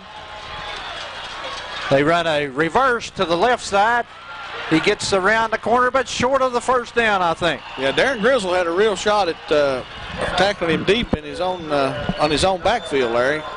I believe that was Darren, wasn't it? Number 53. Was that Darren? I think it was. Darren had a good shot at him back there, and he was just able to overstep Darren's outreached arms. But still, that's a big defensive series after turning the ball over deep in your own territory. I think Jake Housewright was the man that closed and made the tackle. So they came up short. So the first down on fourth down, Gate City takes over on downs from their own, looks like about their own 21-yard line. Full house backfield as Roberts goes in motion. Handoff this time to Housewright, running right. Stiff arms the man at the 30. He's up to the 40, 45, up to midfield into G-man territory at the 49-yard line. Yeah, another big run by Jake Housewright, and a good stiff arm, as you called it, over there next to the Blue Devil bench. And Jake just showing some power and also some speed that time, Larry. There was a crease there. Jake hit it very fast to get out there. So Blue Devils with a first down at the Graham 49-yard line. 8:55 to go, third quarter. Devils lead the G-men 14-7. Well, they got them some breathing room, got them out of the shadow of their own goal post here. Roberts at the right halfback spot, Ed Britt at the left. Housewright the fullback, full house. Matt Osborne the quarterback, two tight end. Fake to Housewright, hand off to Britt out of the left halfback spot, and he gets back to the line of scrimmage, might have gained a half a yard. Yeah, that's that same little play that inside trap, I guess. I don't know where we trap anybody with that or not. I didn't pay attention to the blocking scheme, but that play takes a little bit longer to develop, Larry, and it's a good play if you can move some people back off the line of scrimmage. But Graham was sitting in there waiting on it. Yeah, Graham with that 8-man line, it's kind of hard to move all of them with no more people than you have to block. Well, they've got 7 men up on the line of scrimmage right now. Full house, second down and 9. Roberts goes in motion. Hand off to Housewright running left. He's at the 35, at the 40, inside the 40, Down to the 35. He's actually at the 45, but he goes out of bounds at the 35. Picks up a first down. I knew what you meant. You knew what I meant. I knew it, buddy. Yeah, good job again. Jake Housewright, that play's supposed to go right off the tackle and in. That hole was closed up. Jake bounces it out to the outside and gets a good gain. As Jake Housewright will go out now for a breather, I think. I'm sure he probably needs a breather right now. Yeah, Nick Collabro checks into the backfield. Blue Devils have a 1st and 10 at the Graham 30. We'll call it the 35-yard line. 8:11 to go. Third quarter, the Devils lead 14-7. Full house again this time. Osborne with a long count. They blitz. They hand off to Britt, and he only gets back to the line of scrimmage.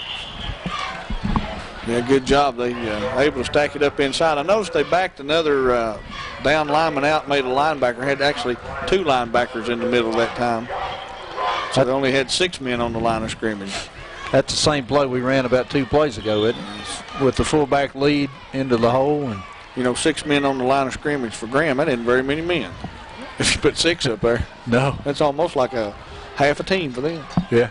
7:38 to go, third quarter. Devils on the Graham 35-yard line. 2nd down and 10. Full house. Roberts in motion again. Hand off to Collabro. Gets a little crease. Gets inside the 30, or right up to the 30, close to the 30-yard line of Graham. Yeah, that's a pretty good gain. Nick got him a seam in there, and he picked his spot very well. I believe there's a penalty, and I think that'll be on number 33. 5-yard gain on the play. That's an unsportsmanlike conduct against the G-men, and that's going to be a big aid to the Blue Devils here. Yeah, there's no doubt about that. I don't know what he said, but he said it to, I believe, Chris McDonald, and the official was standing right there.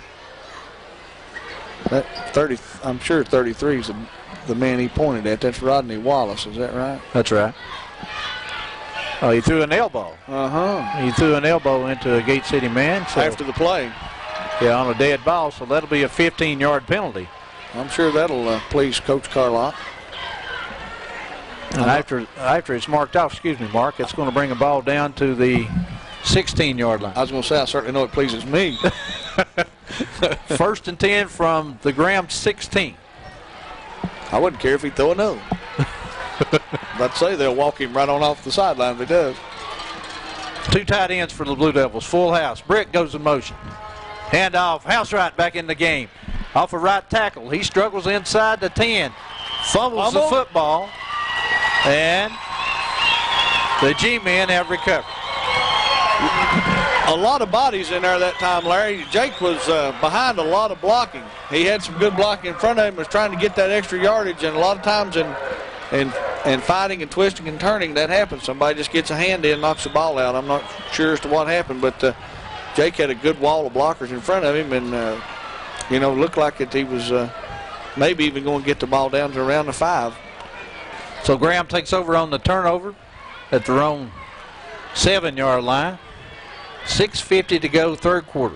Devils lead 14-7. They hand off to the fullback this time. That's Wallace on the carry. He gets up close to the 9 as Osborne comes out of the pile with the football, but I don't think that's going to work. No, everybody's grabbing for anything that comes loose out there right now. They're in a real struggle of a ball game right here. This is the way football is meant to be played. 2nd down and 8. 6:22 to go, third quarter. Devils lead 14-7. They have Graham backed up deep inside their own 10 at the 9 after the G-men recover a Gate City fumble. Wide out split left. Fumble in the backfield. It's loose. Quarterback picks it up, gets up across the 10, drags a defender of Gate City up to the 15. Going to be short of a first down by about 2 yards, but Gibson made an excellent recovery of the fumble and then gained about 5 yards on the play. Well, that's what you call a real break in the game. When the ball flies up in the air, comes back down, bounces, and bounces right back in your hand, and you're still able to gain about 5 yards on the play. So, yeah, I know that's a break, especially on a soft cushion turf like this. The ball just kind of flipped up. I thought Gate City was going to have a shot at it. 3rd down and 3 at the G-man 14-yard line. Gibson drops straight back. Blue Devils have some pressure. The pass over the middle is incomplete, intended for his tight end, Lawson. Yeah, Lawson's kind of upset with his quarterback too. He's looking back at the. He's looking back toward the quarterback, and he's really. I don't know what he's saying, but I'm sure it's out of earshot of the quarterback. But he looks like he's upset because the ball wasn't thrown where he was. Well, he had a step or two on the defender. Yeah. Well, he had the inside. He had the inside lane, is what he had too. Right. Back deep to do the punting again is number 9. That's Gunther, isn't it? Mm-hmm. It is.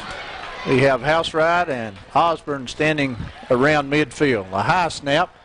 Gunther gets off a low end-over-end punt that's fielded by Osborne at the 47. Running left, a good block by Housewright. He's got block a wall. on the corner. Osborne around the corner up the sideline.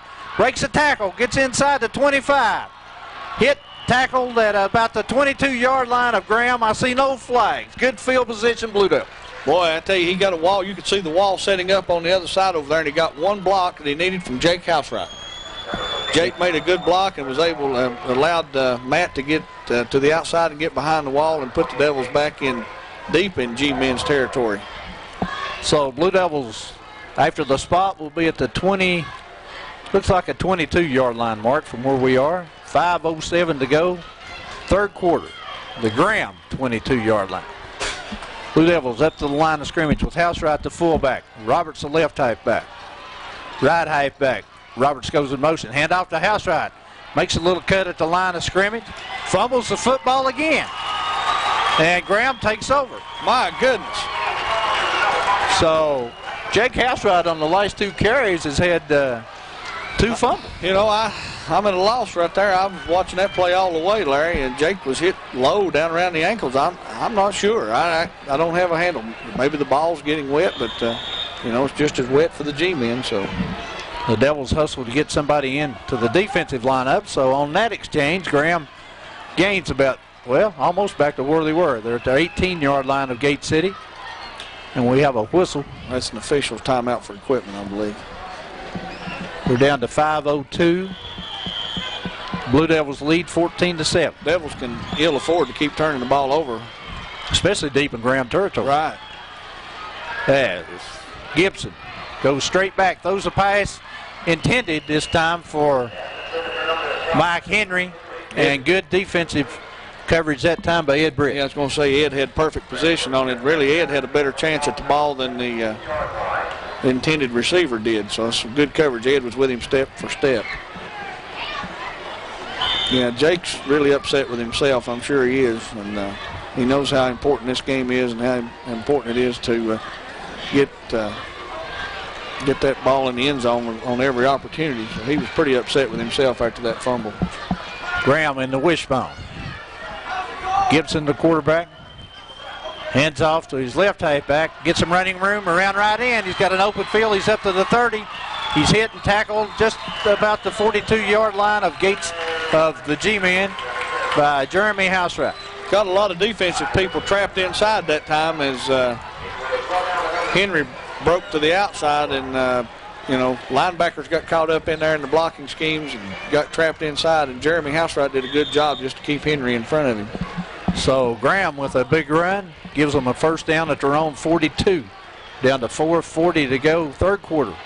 Devils lead 14-7. Gibson hands off to that left halfback Henry again, and the Blue Devils hit him at the line of scrimmage this time. Yeah, that time Jake Housewright reads it very well, comes in, and Jake's in there, and Darren Grizzle, and maybe Jason Broadwater, Andy Smith, several Blue Devils, but a gain of about 2 yards on the play brings up a second down and 8. Ball's at the 44 of the G-men. As the G-men take a little extra time in the huddle, seems like. They split out a receiver wide left. That's Lawson. They're in the wishbone as normal. They hand off to Tibbs running left. And the Devils this time shut that run down running left. And I think that was 84. Calhoun on the tackle that time. Calhoun on the tackle. Good job that time. There was the student body left play again. Fake inside and send 2 backs and maybe a pulling guard or tackle out there with him. So good job to shut him down there. So Gibson comes to the sideline, gets his play. Third down. They've been throwing the football quite a bit, Mark. Well, they've had third down and long, Larry, a lot of times this half so far. I look for them to try to pass the ball here, too. Lawson splits out wide right. He also has Tibbs out in a slot as Gibson drops straight back, gets some pressure, throws the ball over the middle. That's deflected and caught by a G-man inside of Gate City territory at the 43. Well, another good break for the G-men. You know, there's times the ball just bounces your way, and I know that's twice this half the ball has bounced the way of the G-men because that ball was tipped. And Gate City had two defenders around the ball, and it was just actually tipped over their head, and Bradshaw able to pull down another catch. So with that completion, gives the G-men a first down on the Blue Devil 43-yard line. They stay in the wishbone with two tight ends this time. Gibson hands off to Henry out the left halfback spot, and he gets up to the 40, gain of right about 3 yards on the play that time. Jeremy Housewright, Ed Britt, and Jake Housewright in on the stop that time. So it kind of looks like, Mark, with the fumbles and a couple of big plays here, the momentum was kind of shifted back over to Graham. Yeah, right at the moment. You know, like I say, sometimes the ball just bounces your way. That ball obviously bounced the right way for Graham that time. Second down and 6 from the Blue Devil 40.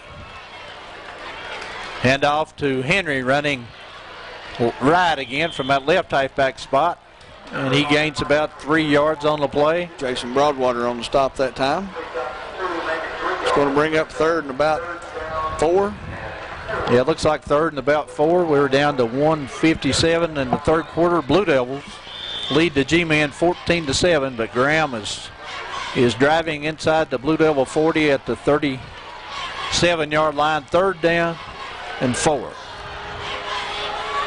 As they're in the wishbone set with two tight ends again. They hand off to the fullback that time, and he's hit at the line of scrimmage. No gain on the play by Housewright and Grizzle. Boy, good read by both those men. Grizzle was going to his right from his defensive position, and Housewright made a good read. Both of them got to him about the same time. So that'll bring up fourth and about 5 now. Yeah, Kennard was the fullback that time as they're going to go for it on fourth down. I got to believe he's going to go back to the air. Inside of Blue Devil territory at the 37. Fourth down and about 4. Wishbone set. Fakes. Quarterback keeper. He's inside the 40, the 35. The 30 makes a cut to the inside. Breaks the tackle inside the Blue Devil 15. Boy, that's a heck of a call, Larry. That's a good time to run a bootleg. You couldn't have picked a much better time, had it set up much better. I thought he would go back to the air. He faked it in there like he was going to go back to the air and then just pulled the ball down and stuck it on his hip and had it all to himself over the left side. So we have a timeout call, I think, here by Gate City. Yes, it is by Gate City. And with that timeout, we'll tell you that Blue Devil football is brought to you by First Step Rehab. At First Step Rehab, they provide quality services of physical therapy and athletic training, specializing in occupational and speech therapy, sports injuries, and orthopedic, neurological, and pediatric rehabilitation. First Step Rehab is proud to be a part of the Gate City community. By J&P Markets. If you're looking for one-stop shopping at its best, check out J&P Markets, with locations in both Big Moccasin and Nicholsville. The J&P Market is never far away. Stop by for gas, groceries, and more. By Gate City Motor Company. If you're in the market for a used car or truck, check out Gate City Motor Company. Gate City Motor Company specializes in late model 4-wheel drives, is a dealer for Fox Trailers, and offers buy here, pay here financing. By the Hair Studio, for quality hair care by qualified professionals. Visit the Hair Studio in Weber City. The Hair Studio offers 6 hairstylists, electrolysis by Phyllis and Donna, tanning beds, jewelry, and more. Call for an appointment or just walk in. As the G-men come out, 1st and 10 at the Devil, looks like about the Devil 13. As Graham has regained all the momentum now. Right now they have all the momentum. We need about 2 feet. And about 2 feet, you say, huh? Well, that's what it looks like. Less than a yard. Yeah, less than a yard. So a big defensive stand here, or a big defensive test on 4th and short. The Devils send in Anthony Calabro in the middle. Chris McDonald. Chris McDonald get a little more beef in on the ends, I think. And another big play in this game, as there have been many big plays so far, Mark.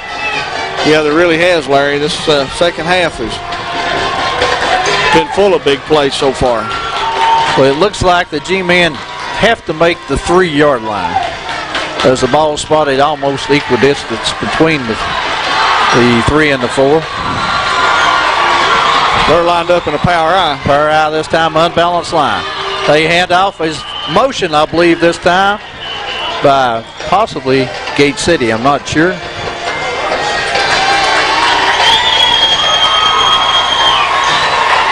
The dead ball, offsides Gate City.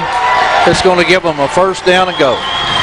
Well, Larry, some things we talked about earlier was you didn't want to make any crucial mistakes the second half. Put the ball on the ground and get some penalties in some key places. And so far, we've come right out and done exactly that.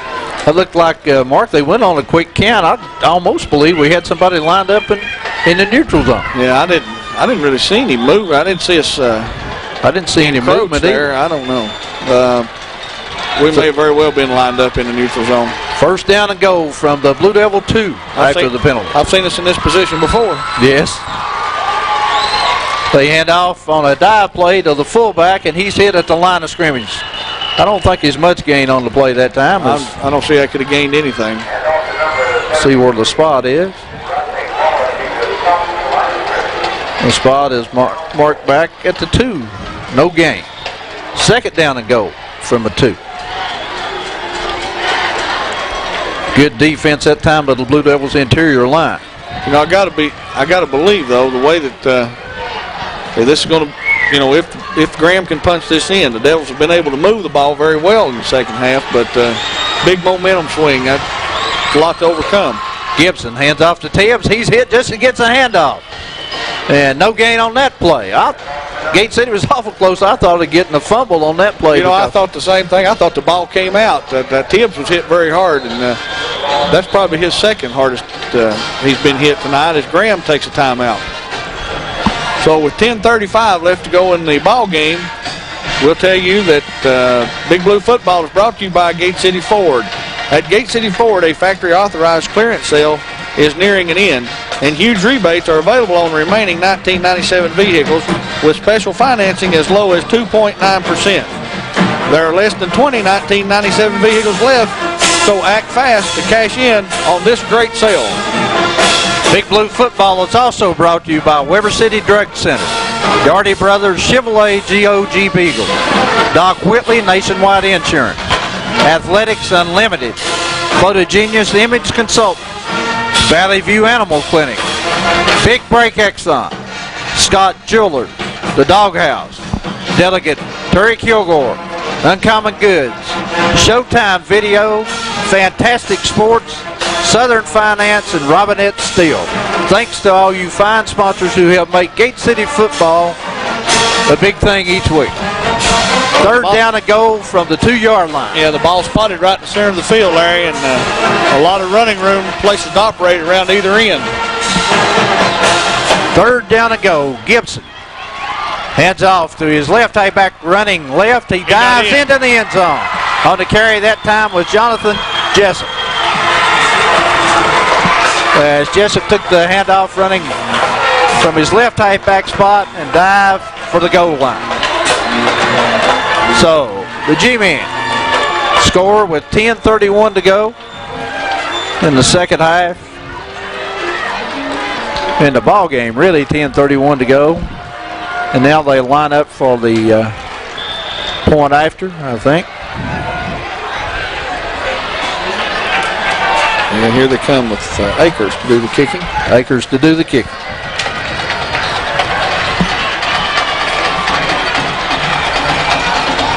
A good snap.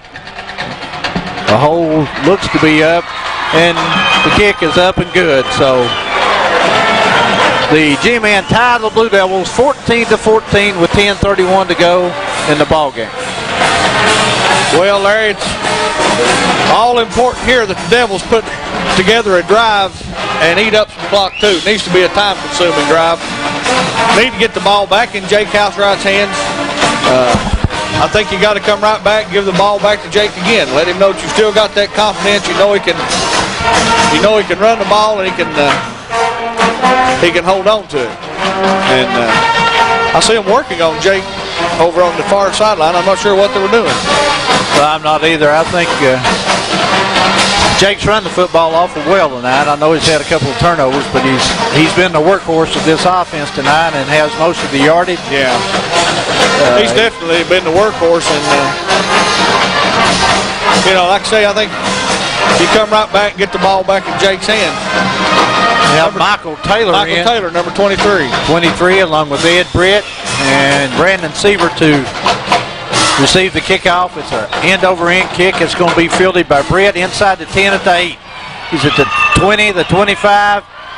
Gets up to the 30-yard line where the Blue Devils will take over 1st and 10 at their own 30. Yeah, as I was saying, I think that we got to get back on the board. And I know we got to get back on the board, but I think we got to eat up some clock as we do. Yeah, I do too, Mark. I don't think he can afford here to go 3 and out either because Graham has all the momentum. So it's going to be tough for the Blue Devils, I think, to get something started here unless they break a big play in the drive. Full house. Keller in at the left halfback. Roberts at the right. He goes in motion. Hand off to Housewright, running off a left guard. Gets up across the 30 to the 35, and I believe it's a face mask. Yeah, I was going to say, this may be a face mask. This can be a break our way, maybe right here. Good run by Jake that time. Jake running hard. It is a face mask, Mark. If I can see it from here, I knew that official could see it. Yeah, that's a good call on both of your part. I'm going to give you half the credit for that one.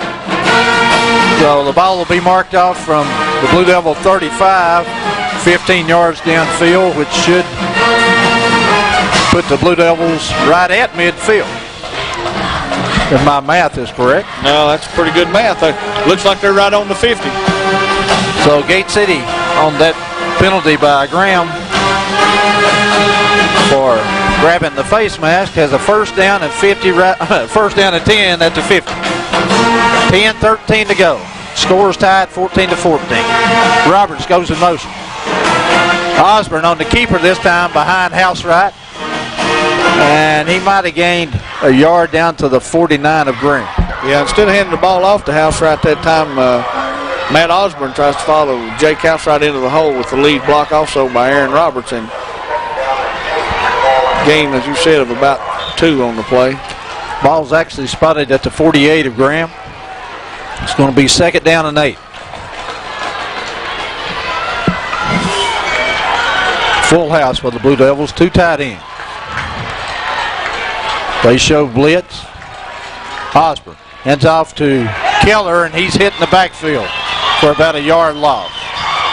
On the tackle that time for the G-Man was Philip Reese.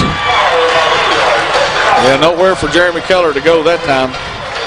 As a loss of 2 on the play. Loss of 1 brings it almost back to midfield. It's going to be 3rd down and 9. We have 9:05 to go in the game. The score's tied 14-14.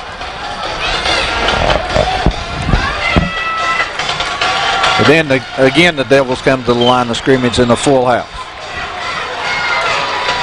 And again, Roberts goes in motion. Hand out to Housewright. No, Osborne keeps it. Tries to circle left end. He's hit and thrown for a loss back at midfield. A loss of about a half yard. So the Devils are going to have to punt at midfield. That's going to be 4th down and 10. 4th down and 10 with less than 8:30 to go in the game.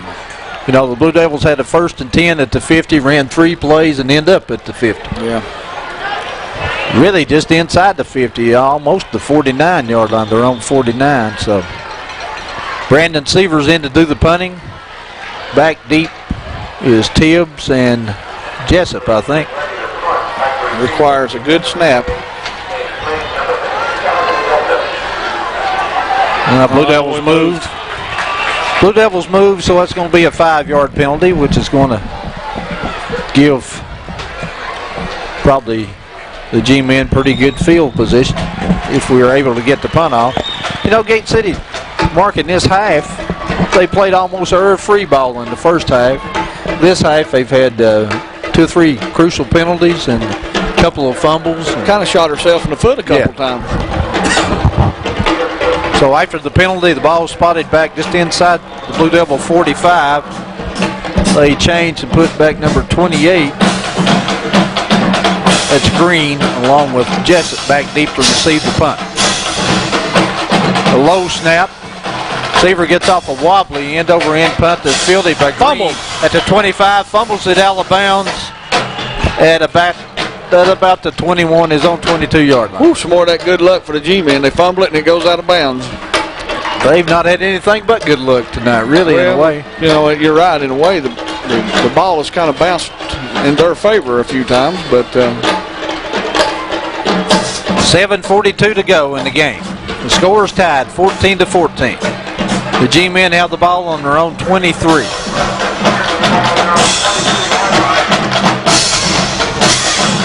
77 yards from a go-ahead touchdown, and the Gate City defense will be tested here to hold Graham, because I think Graham has the momentum. Hand off to Tibbs, running left. Gets a crease. Gets out across the 25 up to the 26, where Jeremy Housewright was probably the only man left that had a chance to tackle him, and he did. Yeah, he did. Did a good job, too. Gain of about, 5 on the play? Yep.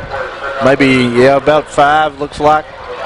Actually, looked like he ran farther than that. That's been their bread and butter play all night. That sweep left with Tibbs. That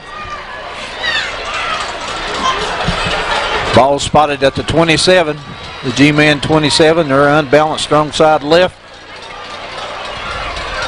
As they hand off on that same play to Tibbs again, and he gets up across the 30. Not hardly enough for a first down. He has to make, looks like, 32. About the 32 for a first down. It looked like Clint Weiniger fighting the pressure inside there to turn Tibbs back in. And, I thought maybe we might get a holding penalty on Graham that time, but we did not. So. 3rd down and 2 from the G-men 30-yard line. 6:35 to go in the 4th quarter. You know, the thing about it is, you can't let them break a long one here. They may make a first down here, and but you can't let them break a long one on you.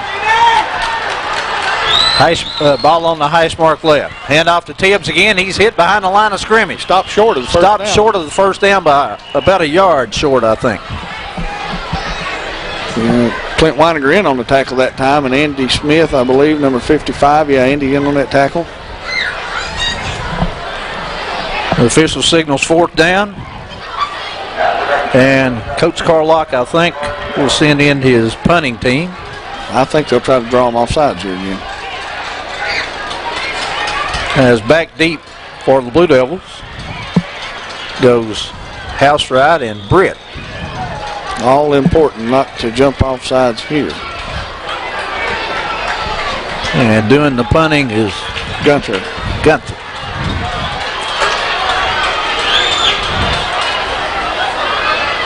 He gets a low snap.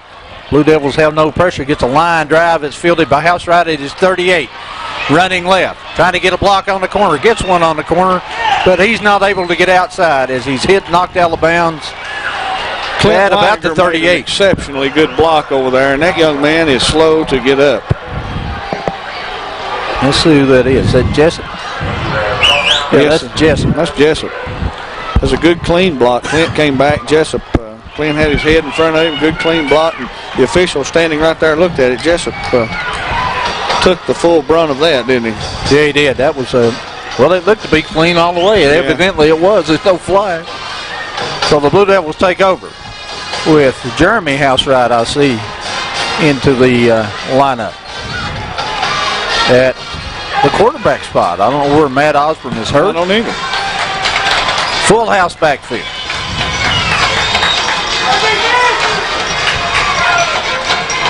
Housewright. Fumble on the, and Keller, I think it's Keller, falls on his own fumble in the Gate City backfield.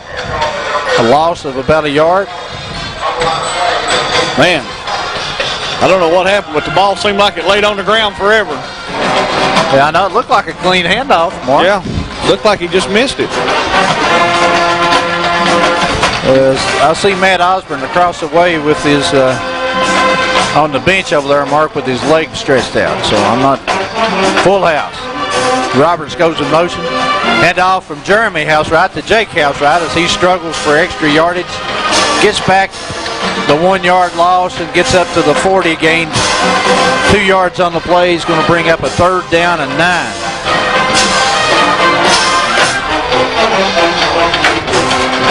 Third down and 9 from a Blue Devil 40. We're inside of 4 minutes, 30 seconds down to about 4:10 behind the Blue Devils snap it. I got to believe that somewhere in this series, if we keep this drive alive, we're going to see Jeremy run the option. Yeah, I kind of think so too. Maybe right here. 3rd down and 9. And we have a flag. This time, it's offsides on Graham. All right. So that's a big help to Gate City. We bring up 3rd down and about 5 then, won't we? Yeah, about 4 maybe. I think they lined up offsides, Mark. It's directly across from us. It kind of looked like it looked like he was in the neutral zone there. I'm not sure what the number was. 5 yard step off against the G-men puts the ball at the Blue Devil 40. We'll call it the 44 yard line. Gate City must make their own 49 for a 1st down. Full house. Handoff to Housewright, and he has a 1st down. Yeah, good running, but Jake, some good blocking up front that time. Just a quick opener that time over right tackle. Yeah, I'm not so sure that play won't work several times on a quick opener. Graham's really coming hard right now. They're laying their ears back, and if we can get those linebackers backed out there a little bit. Inside of 3:35, 3:34 with the clock stopped.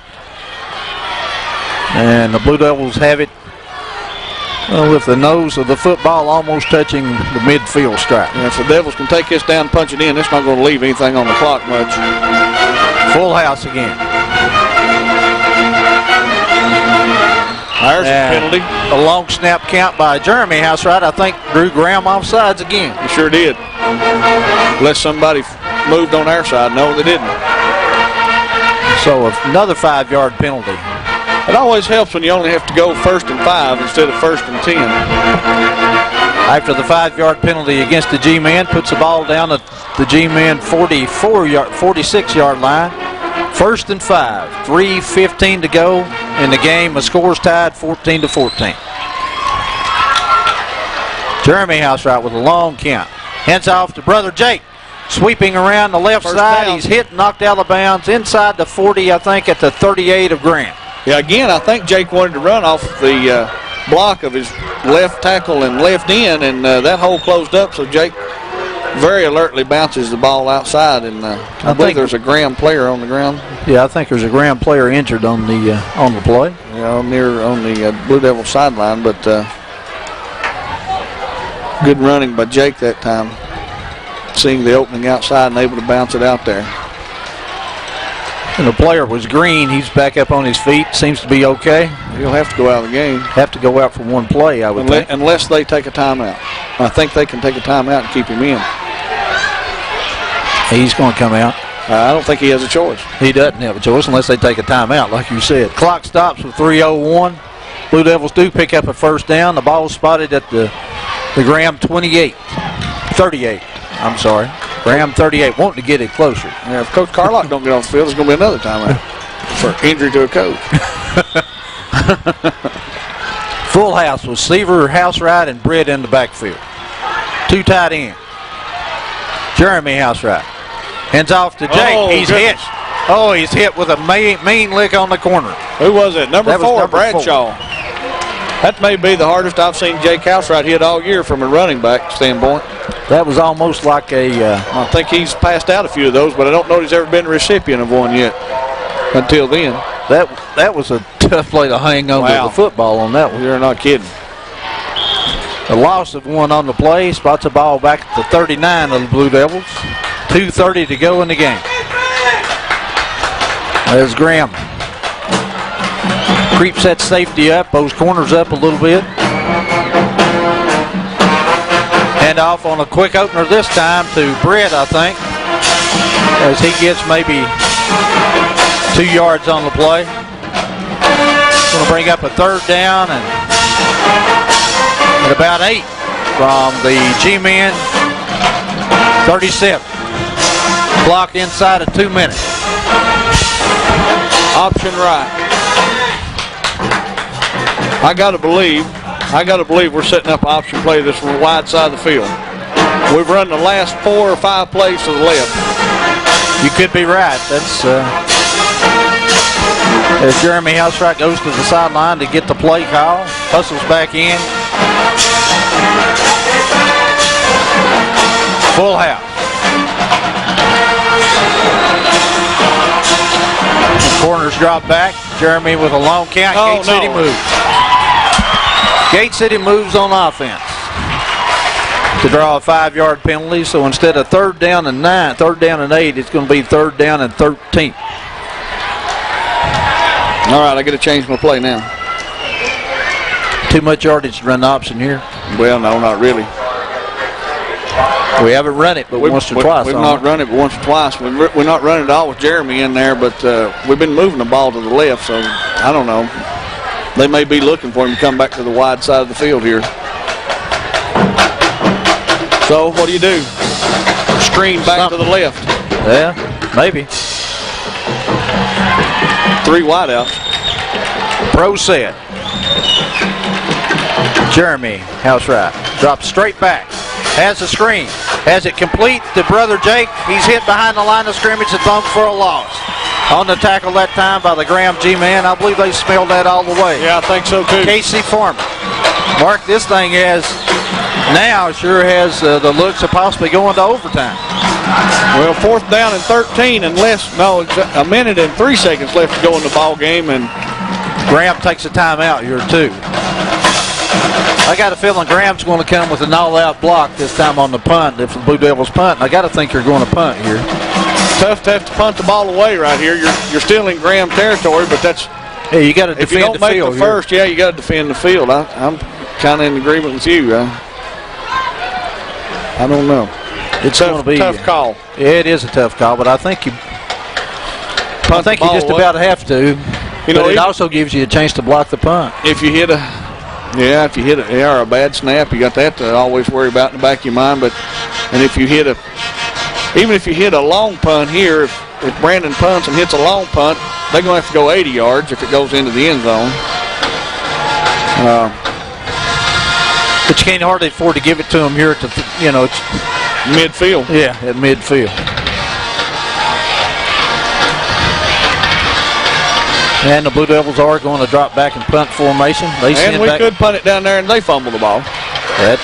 We're due a break. Tibbs back along with Jessup. They stand at about their 10-yard line. I think the key thing here is getting a good snap and getting off the punt. Well, here we go. As the snap is good.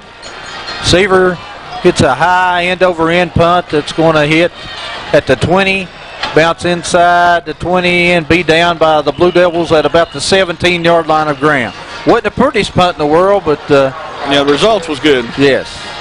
Now, I thought for a minute that Jessup was going to pick that ball up, and I was kind of hoping he was going to. 52 seconds to go in the game. Because I believe he would have lost some more yardage. Yeah, I think he would have too. 52 seconds to go. The G-men have the ball on their own 17. 83 yards away from pay dirt. Well, if we go to overtime, I got to like our chances. They split 3 wideouts. They only have one back behind the running back. He handed off to him on the dive play, the fullback, and he's hit and stopped for no gain. I don't think that fooled anybody. Darren Grizzle, it certainly didn't fool Darren Grizzle, but the line came out. Did you notice how big the spread the line had in there that time? they spread out everybody.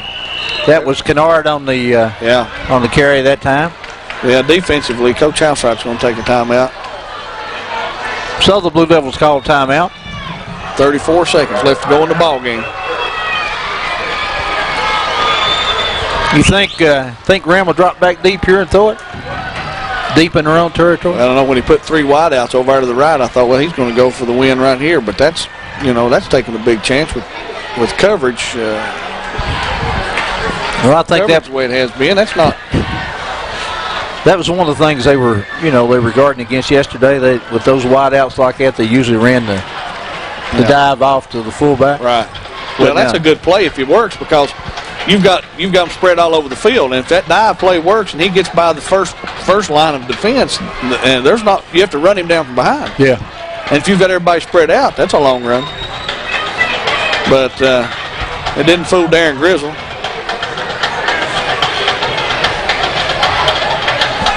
.34 seconds to go in the game. The score is tied 14-14.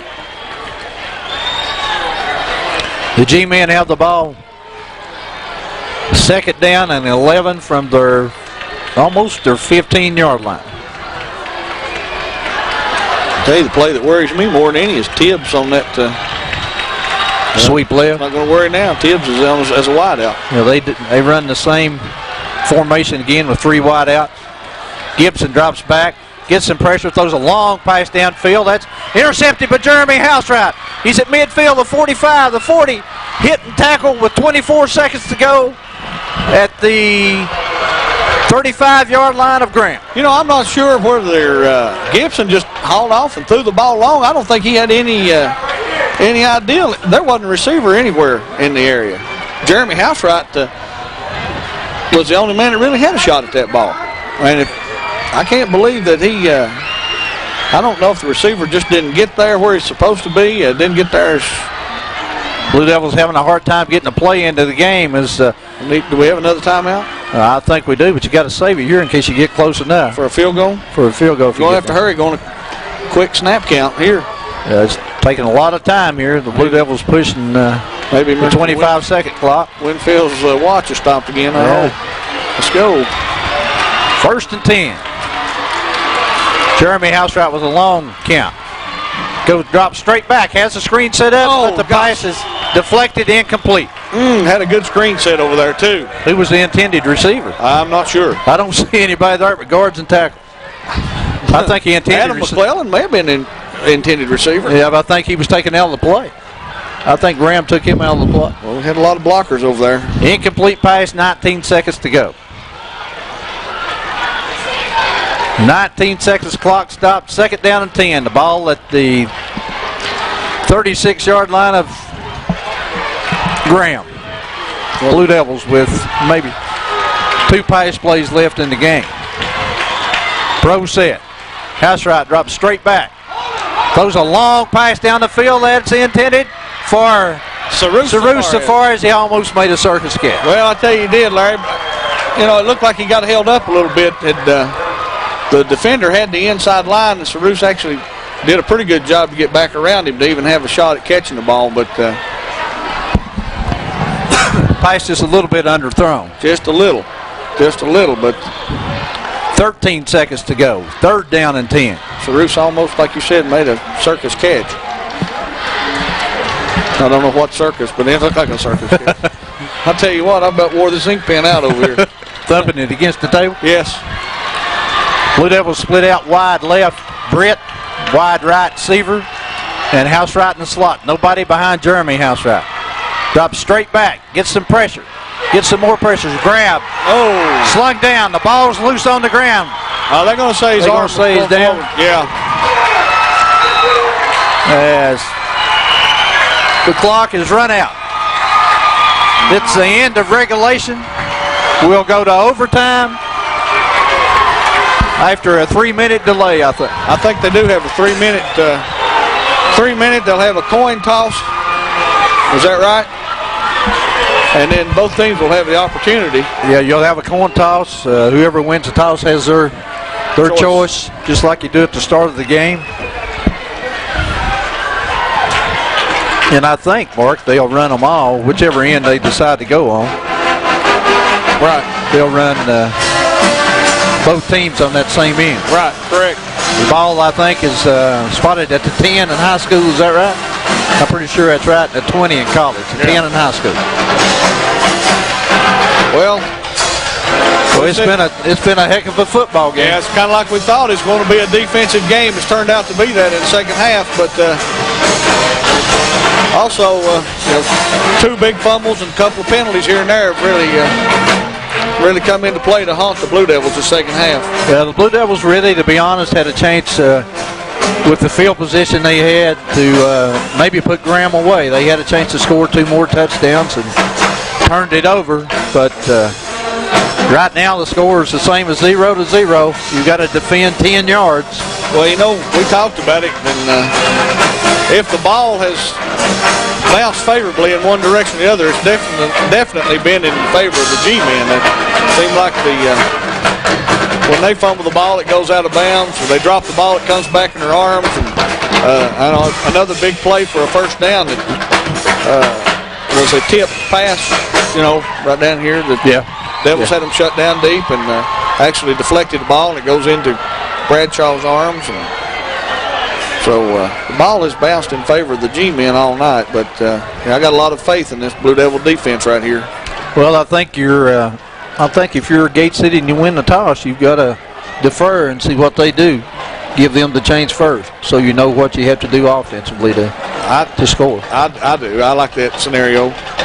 One big man that's out of that defense right now is Matt Osborne, and I'm not sure what's wrong with Matt.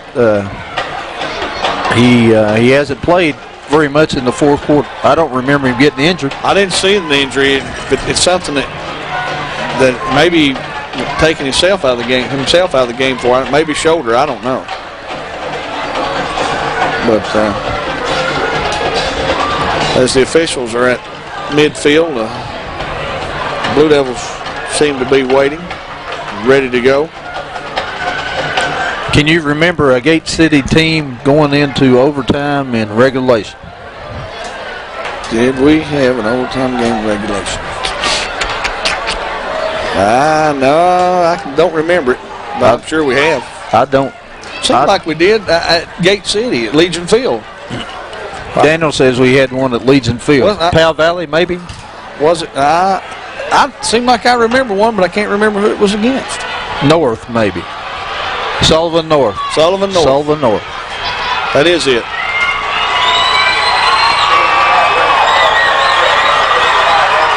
Well, we're ready for the toss here to see who's going to do what.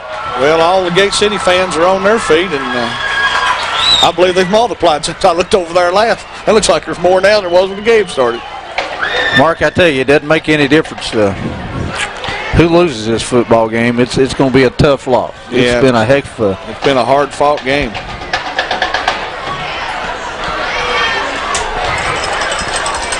As the toss is finally flipped. And I think Graham may have won the toss. We'll see. I like to do this guessing, don't you? Yeah. This is the longest coin flip that I've ever seen. Officials keeping very good records tonight. Everybody's brother's writing something down. Well, I guess it's pretty important here. I'm not sure how important it is to know after, they line up. Andy Smith out for the Blue Devils and Bradshaw out for the G-men at midfield. This certainly is good record keeping.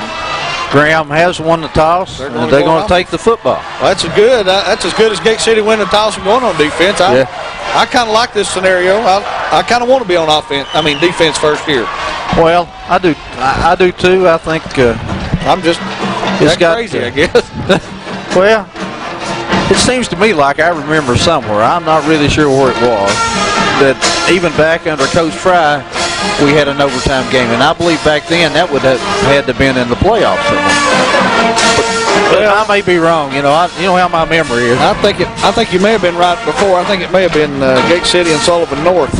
I remember a overtime game somewhere along the way. I'm sure we'll remember this one tomorrow, one way or the other. Well, we have the ball will be spotted at the 10. You've got what it amounts to is you have 4 tries to score in some fashion, whether it be by a touchdown or by field goal. And if you do score a touchdown, you have the opportunity to kick the extra point. Right. They go to the full house, the wishbone. They hand off on that bread and butter play to Tibbs, and the Blue Devils hit him behind the line of scrimmage with Nick Colibro Jr. Well, that'll put them on back there to about the 12-yard line. That's going to put them, let's see where they do. No, wait a minute. 15, Yeah, 15. Loss of 5 on the play. Spots it back at the 15, going to be second down. We're in overtime if you just joined us. Scores tied 14-14. Graham won the toss, elected to take the football. They come to the line of scrimmage this time, and that same in the wishbone. They break the bones, send Henry out to the left. They throw that pass across the middle. Fumble, and the ball will be recovered by Gate City. It's the completed pass. Gate City takes over. That's called a fumble. And Weininger recovers in the end zone. Gate City will take over on their own 20 with their opportunity to score. On their own 10. That was a good-looking pass play, Larry. Oh, yeah. He was wide open, but I don't, it happens so quick. And I watched the ball go back, see if it's going out of the end zone. Who made the hit? Somebody made a bone-jarring hit, and I'm sorry to say that I got caught up in watching that ball when it went up in the air and didn't see who made the hit. I didn't either. I kept waiting from a voice from above, but he didn't see it either. So the Blue Devils will line up at the 10 with their 4 chances to score in some way. All right, here we go. Full house. Jeremy Housewright, the quarterback. Handoff to Brother Jake, struggling. Down to the 5. 5 yards on the first carry. Yeah, Jake running with some renewed dedication right there. You can see wasn't much of a hole in there. Jake kept it moving, kept going forward, and picked up almost 5 on the play. It's going to be second down from, we'll call it the 6. Second down from the 6. We're in overtime. Need to hold on to the ball. Brett Housewright, Seaver in the backfield. Jeremy Housewright, the quarterback. Long count. They hand off to Jake Housewright, diving down close to the end zone. Stopped at the 1, I believe. Oh, they're down. Yeah, they may be on the 1 or less. No. Yeah, I believe they are. Some good discipline that time by the offensive line of Gate City. Yeah, some movement up on the defense. A lot of movement by Graham's defense. I think that threw the defense off a little bit. About the time they started to get back, to get set, to make sure they weren't offside, the play started and allowed Jake to get in there. And I got to go to Jake House right here. You got to here. I don't see any other choice. I'm going straight ahead and give it to Jake. Ed Britt in the backfield. Jeremy Housewright. Handoff this time to Jake. Almost a miss. Yeah, Jake and Jeremy kind of run together on that play. Still, Jake gets down just short of the goal line. What do you do? Give it field goal? Well, that's what we're going to do. We're going for a field goal here. We're going to put it away here with a field goal. Adam McClellan getting a chance to put the game away. The ball's on the 6-inch line. I don't know what you could stop Jake Housewright from the 6-inch line. Gosh, I don't know what you can stop a quarterback sneak from the 6-inch line. But Adam McClellan. This is going to the holder will be Jeremy Housewright. The snapper is Darren Grizzly.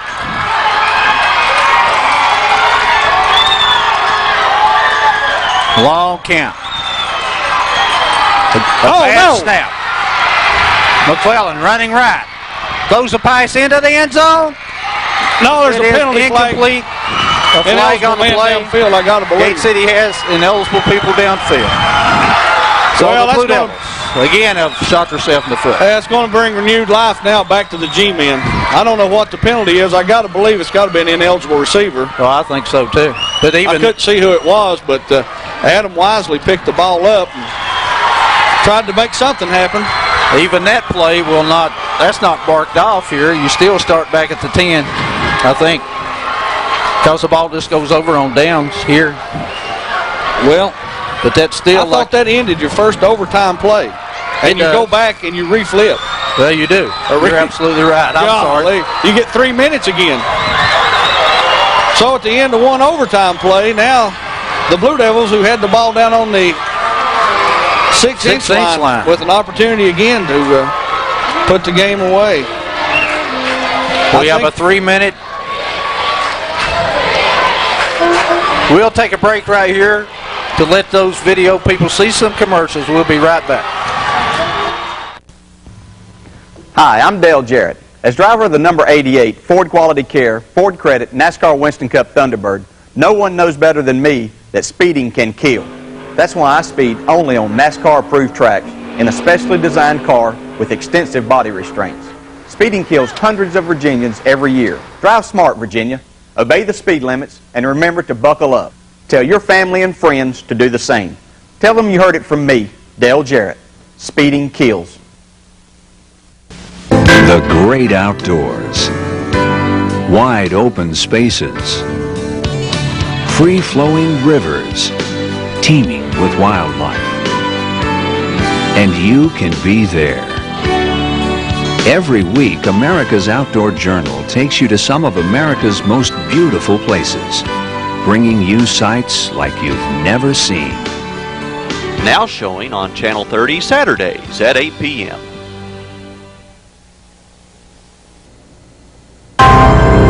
When the heavens thunder, when the nation calls, you can make a difference and be a part of it all. Find yourself in the Army National Guard, serving 1 weekend a month and 2 weeks a year, and you'll find an extra paycheck, money for college, and a great way to serve your community. Call 1-800-GO-GUARD. In the Army National Guard, you can. We're back in the second overtime as Graham lines up on the 10-yard line. They go unbalanced right. Hand off to Tibbs, running right. He gets inside the 10, down to about, looks like about the 8. Gain of 2 on the play. Yeah, the Devils going to have to, if they can stop this. If they can stop this, they've done a heck of a job tonight defense.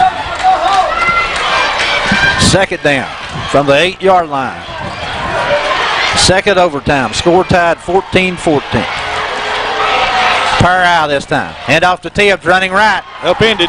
Upended, gets inside the 5. Yeah, they're probably going to spot this ball. Mark it about the 5, I think. They should, I think. Well, it's going to be the 4, looks like. No, he's about the 5, maybe. Graham with 2 more plays to score. Inside the 5 at the 4.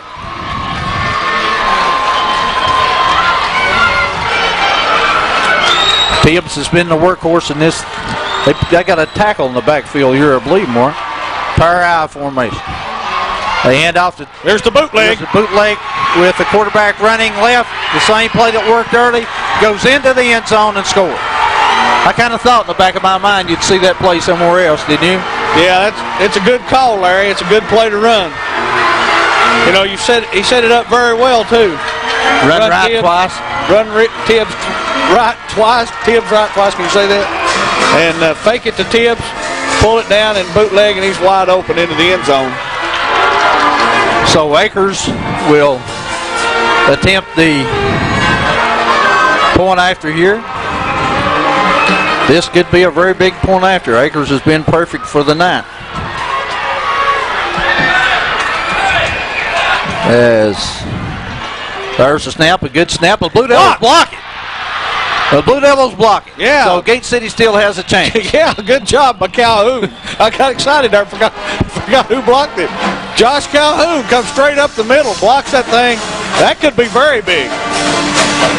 So at the end, well, Gate City has 4 chances now as they trail 20-14. I'm all to pieces. I can't handle much more of this. I wore out the top off this ink pen. And your tonsils? Yeah, my tonsils. I get excited and forget who's blocked the extra point. Full house backfield. Here we go. House right, Seaver, Britt. Hand off. House right, cutting left. Hit it to 5, down to the 4 on the first carry. Well, I tell you, we're getting some good blocking up front right now. Jake's getting 5-6 yards a run. Second offensive change coming up here on second down.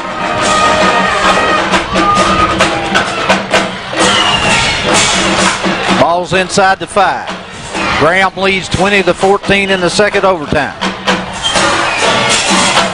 Britt goes in motion. Hand off Housewright. Cutting. Dives into the end zone. Touchdown, Jake Housewright. That ties the score at 20-20. No flag. Now the Blue Devils again with Adam McClellan. Could put this game away. One more opportunity. One more opportunity. This game away. You need right one now. more good snap. One good hold and one good kick. If you don't, we're going to run out of film and out of voice because we'll be going to overtime number 3. And I think that's the maximum overtimes you can go to, isn't it? No, you can play them. Can you play them all? Yeah. Here we go. Got to have a good snap here. Grizzle does the snapping. A good snap. Kicks down. Kick is up. The kick good. is off to the left. No good. So, the score is tied 20-20 after 2 overtime. Wow. What are we going to do? Go to the third one, no doubt. Well, you have no other choice. Somebody's going to wear out here in a minute. I don't know. These two teams right now are playing on pure adrenaline. I thought I heard Daniel say something, but I can't read him too loud. Can you? I may have talked over him. I thought it was 3. No, Not sure. You play with somebody win. Larry's explaining the rules. I'm not sure. I thought it was 3. No, you played with somebody wins in high school now. There's no such thing as a tie in high school anymore. Been taken out altogether. I think so. I mean, I'm guessing. I don't know why, but I thought it was 3.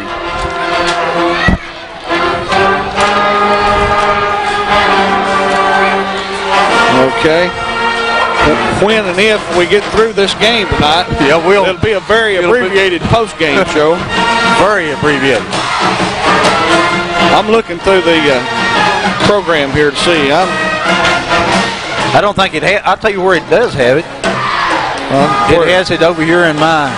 You keep talking, I'll get it. Okay. I'll find something to talk about. Going into the third overtime, 20-20. Blue Devils had a chance maybe to put it away in the first one, and a bad snap by the center, and Adam McClellan never got a chance to put it away in the first overtime. Second overtime, Jake Housewright takes it in for the score, and the kick just wide left. It looked like it hooked. Wide. It looked like it hooked from here, but with our angle, it's hard to tell. Well, a little extra. I guess we've had to toss again, and Graham was won again. Did you find out what we need to know? No, I threw the book away. A nice move. So Graham is going to get their chance again first. I didn't. I was looking through this book, didn't see. I tell you what, I think that's the difference, Mark. I think once you get past 2 overtimes, you don't have another toss. I don't think we had a toss here or a 3-minute delay.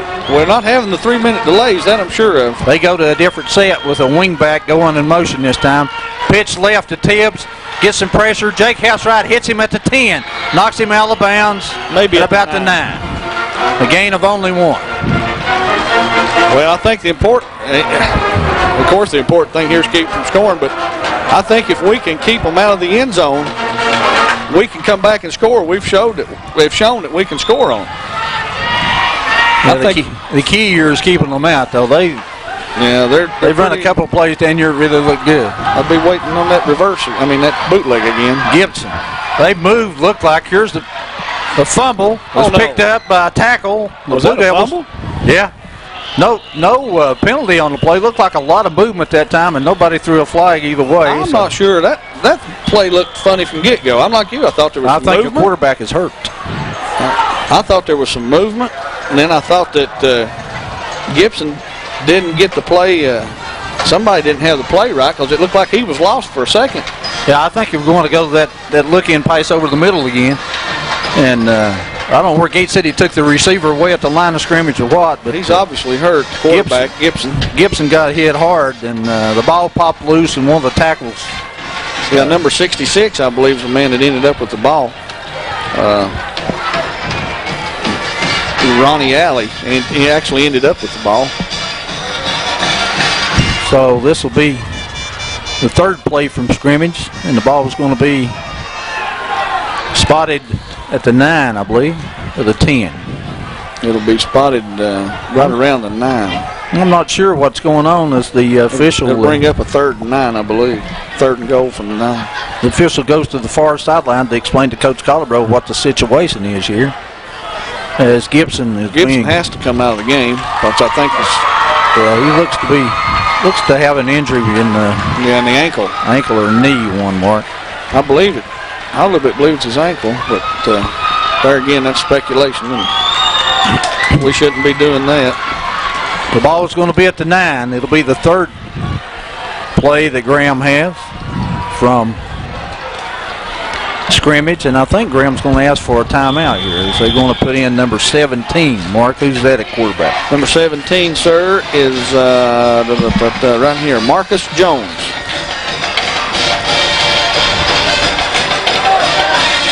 Well, you got to believe that's going to disrupt the flow of the offensive movement by the G-men, but I tell you, they've been Coach Carlock's been very apt with coming up with just the right play at the right time, seems like. Yeah, Graham does call a timeout here. What are you looking for? You looking at the pictures or trying to find the room? I don't know, man. I tell you what, I'm just. Are you nervous? Just a little, yes.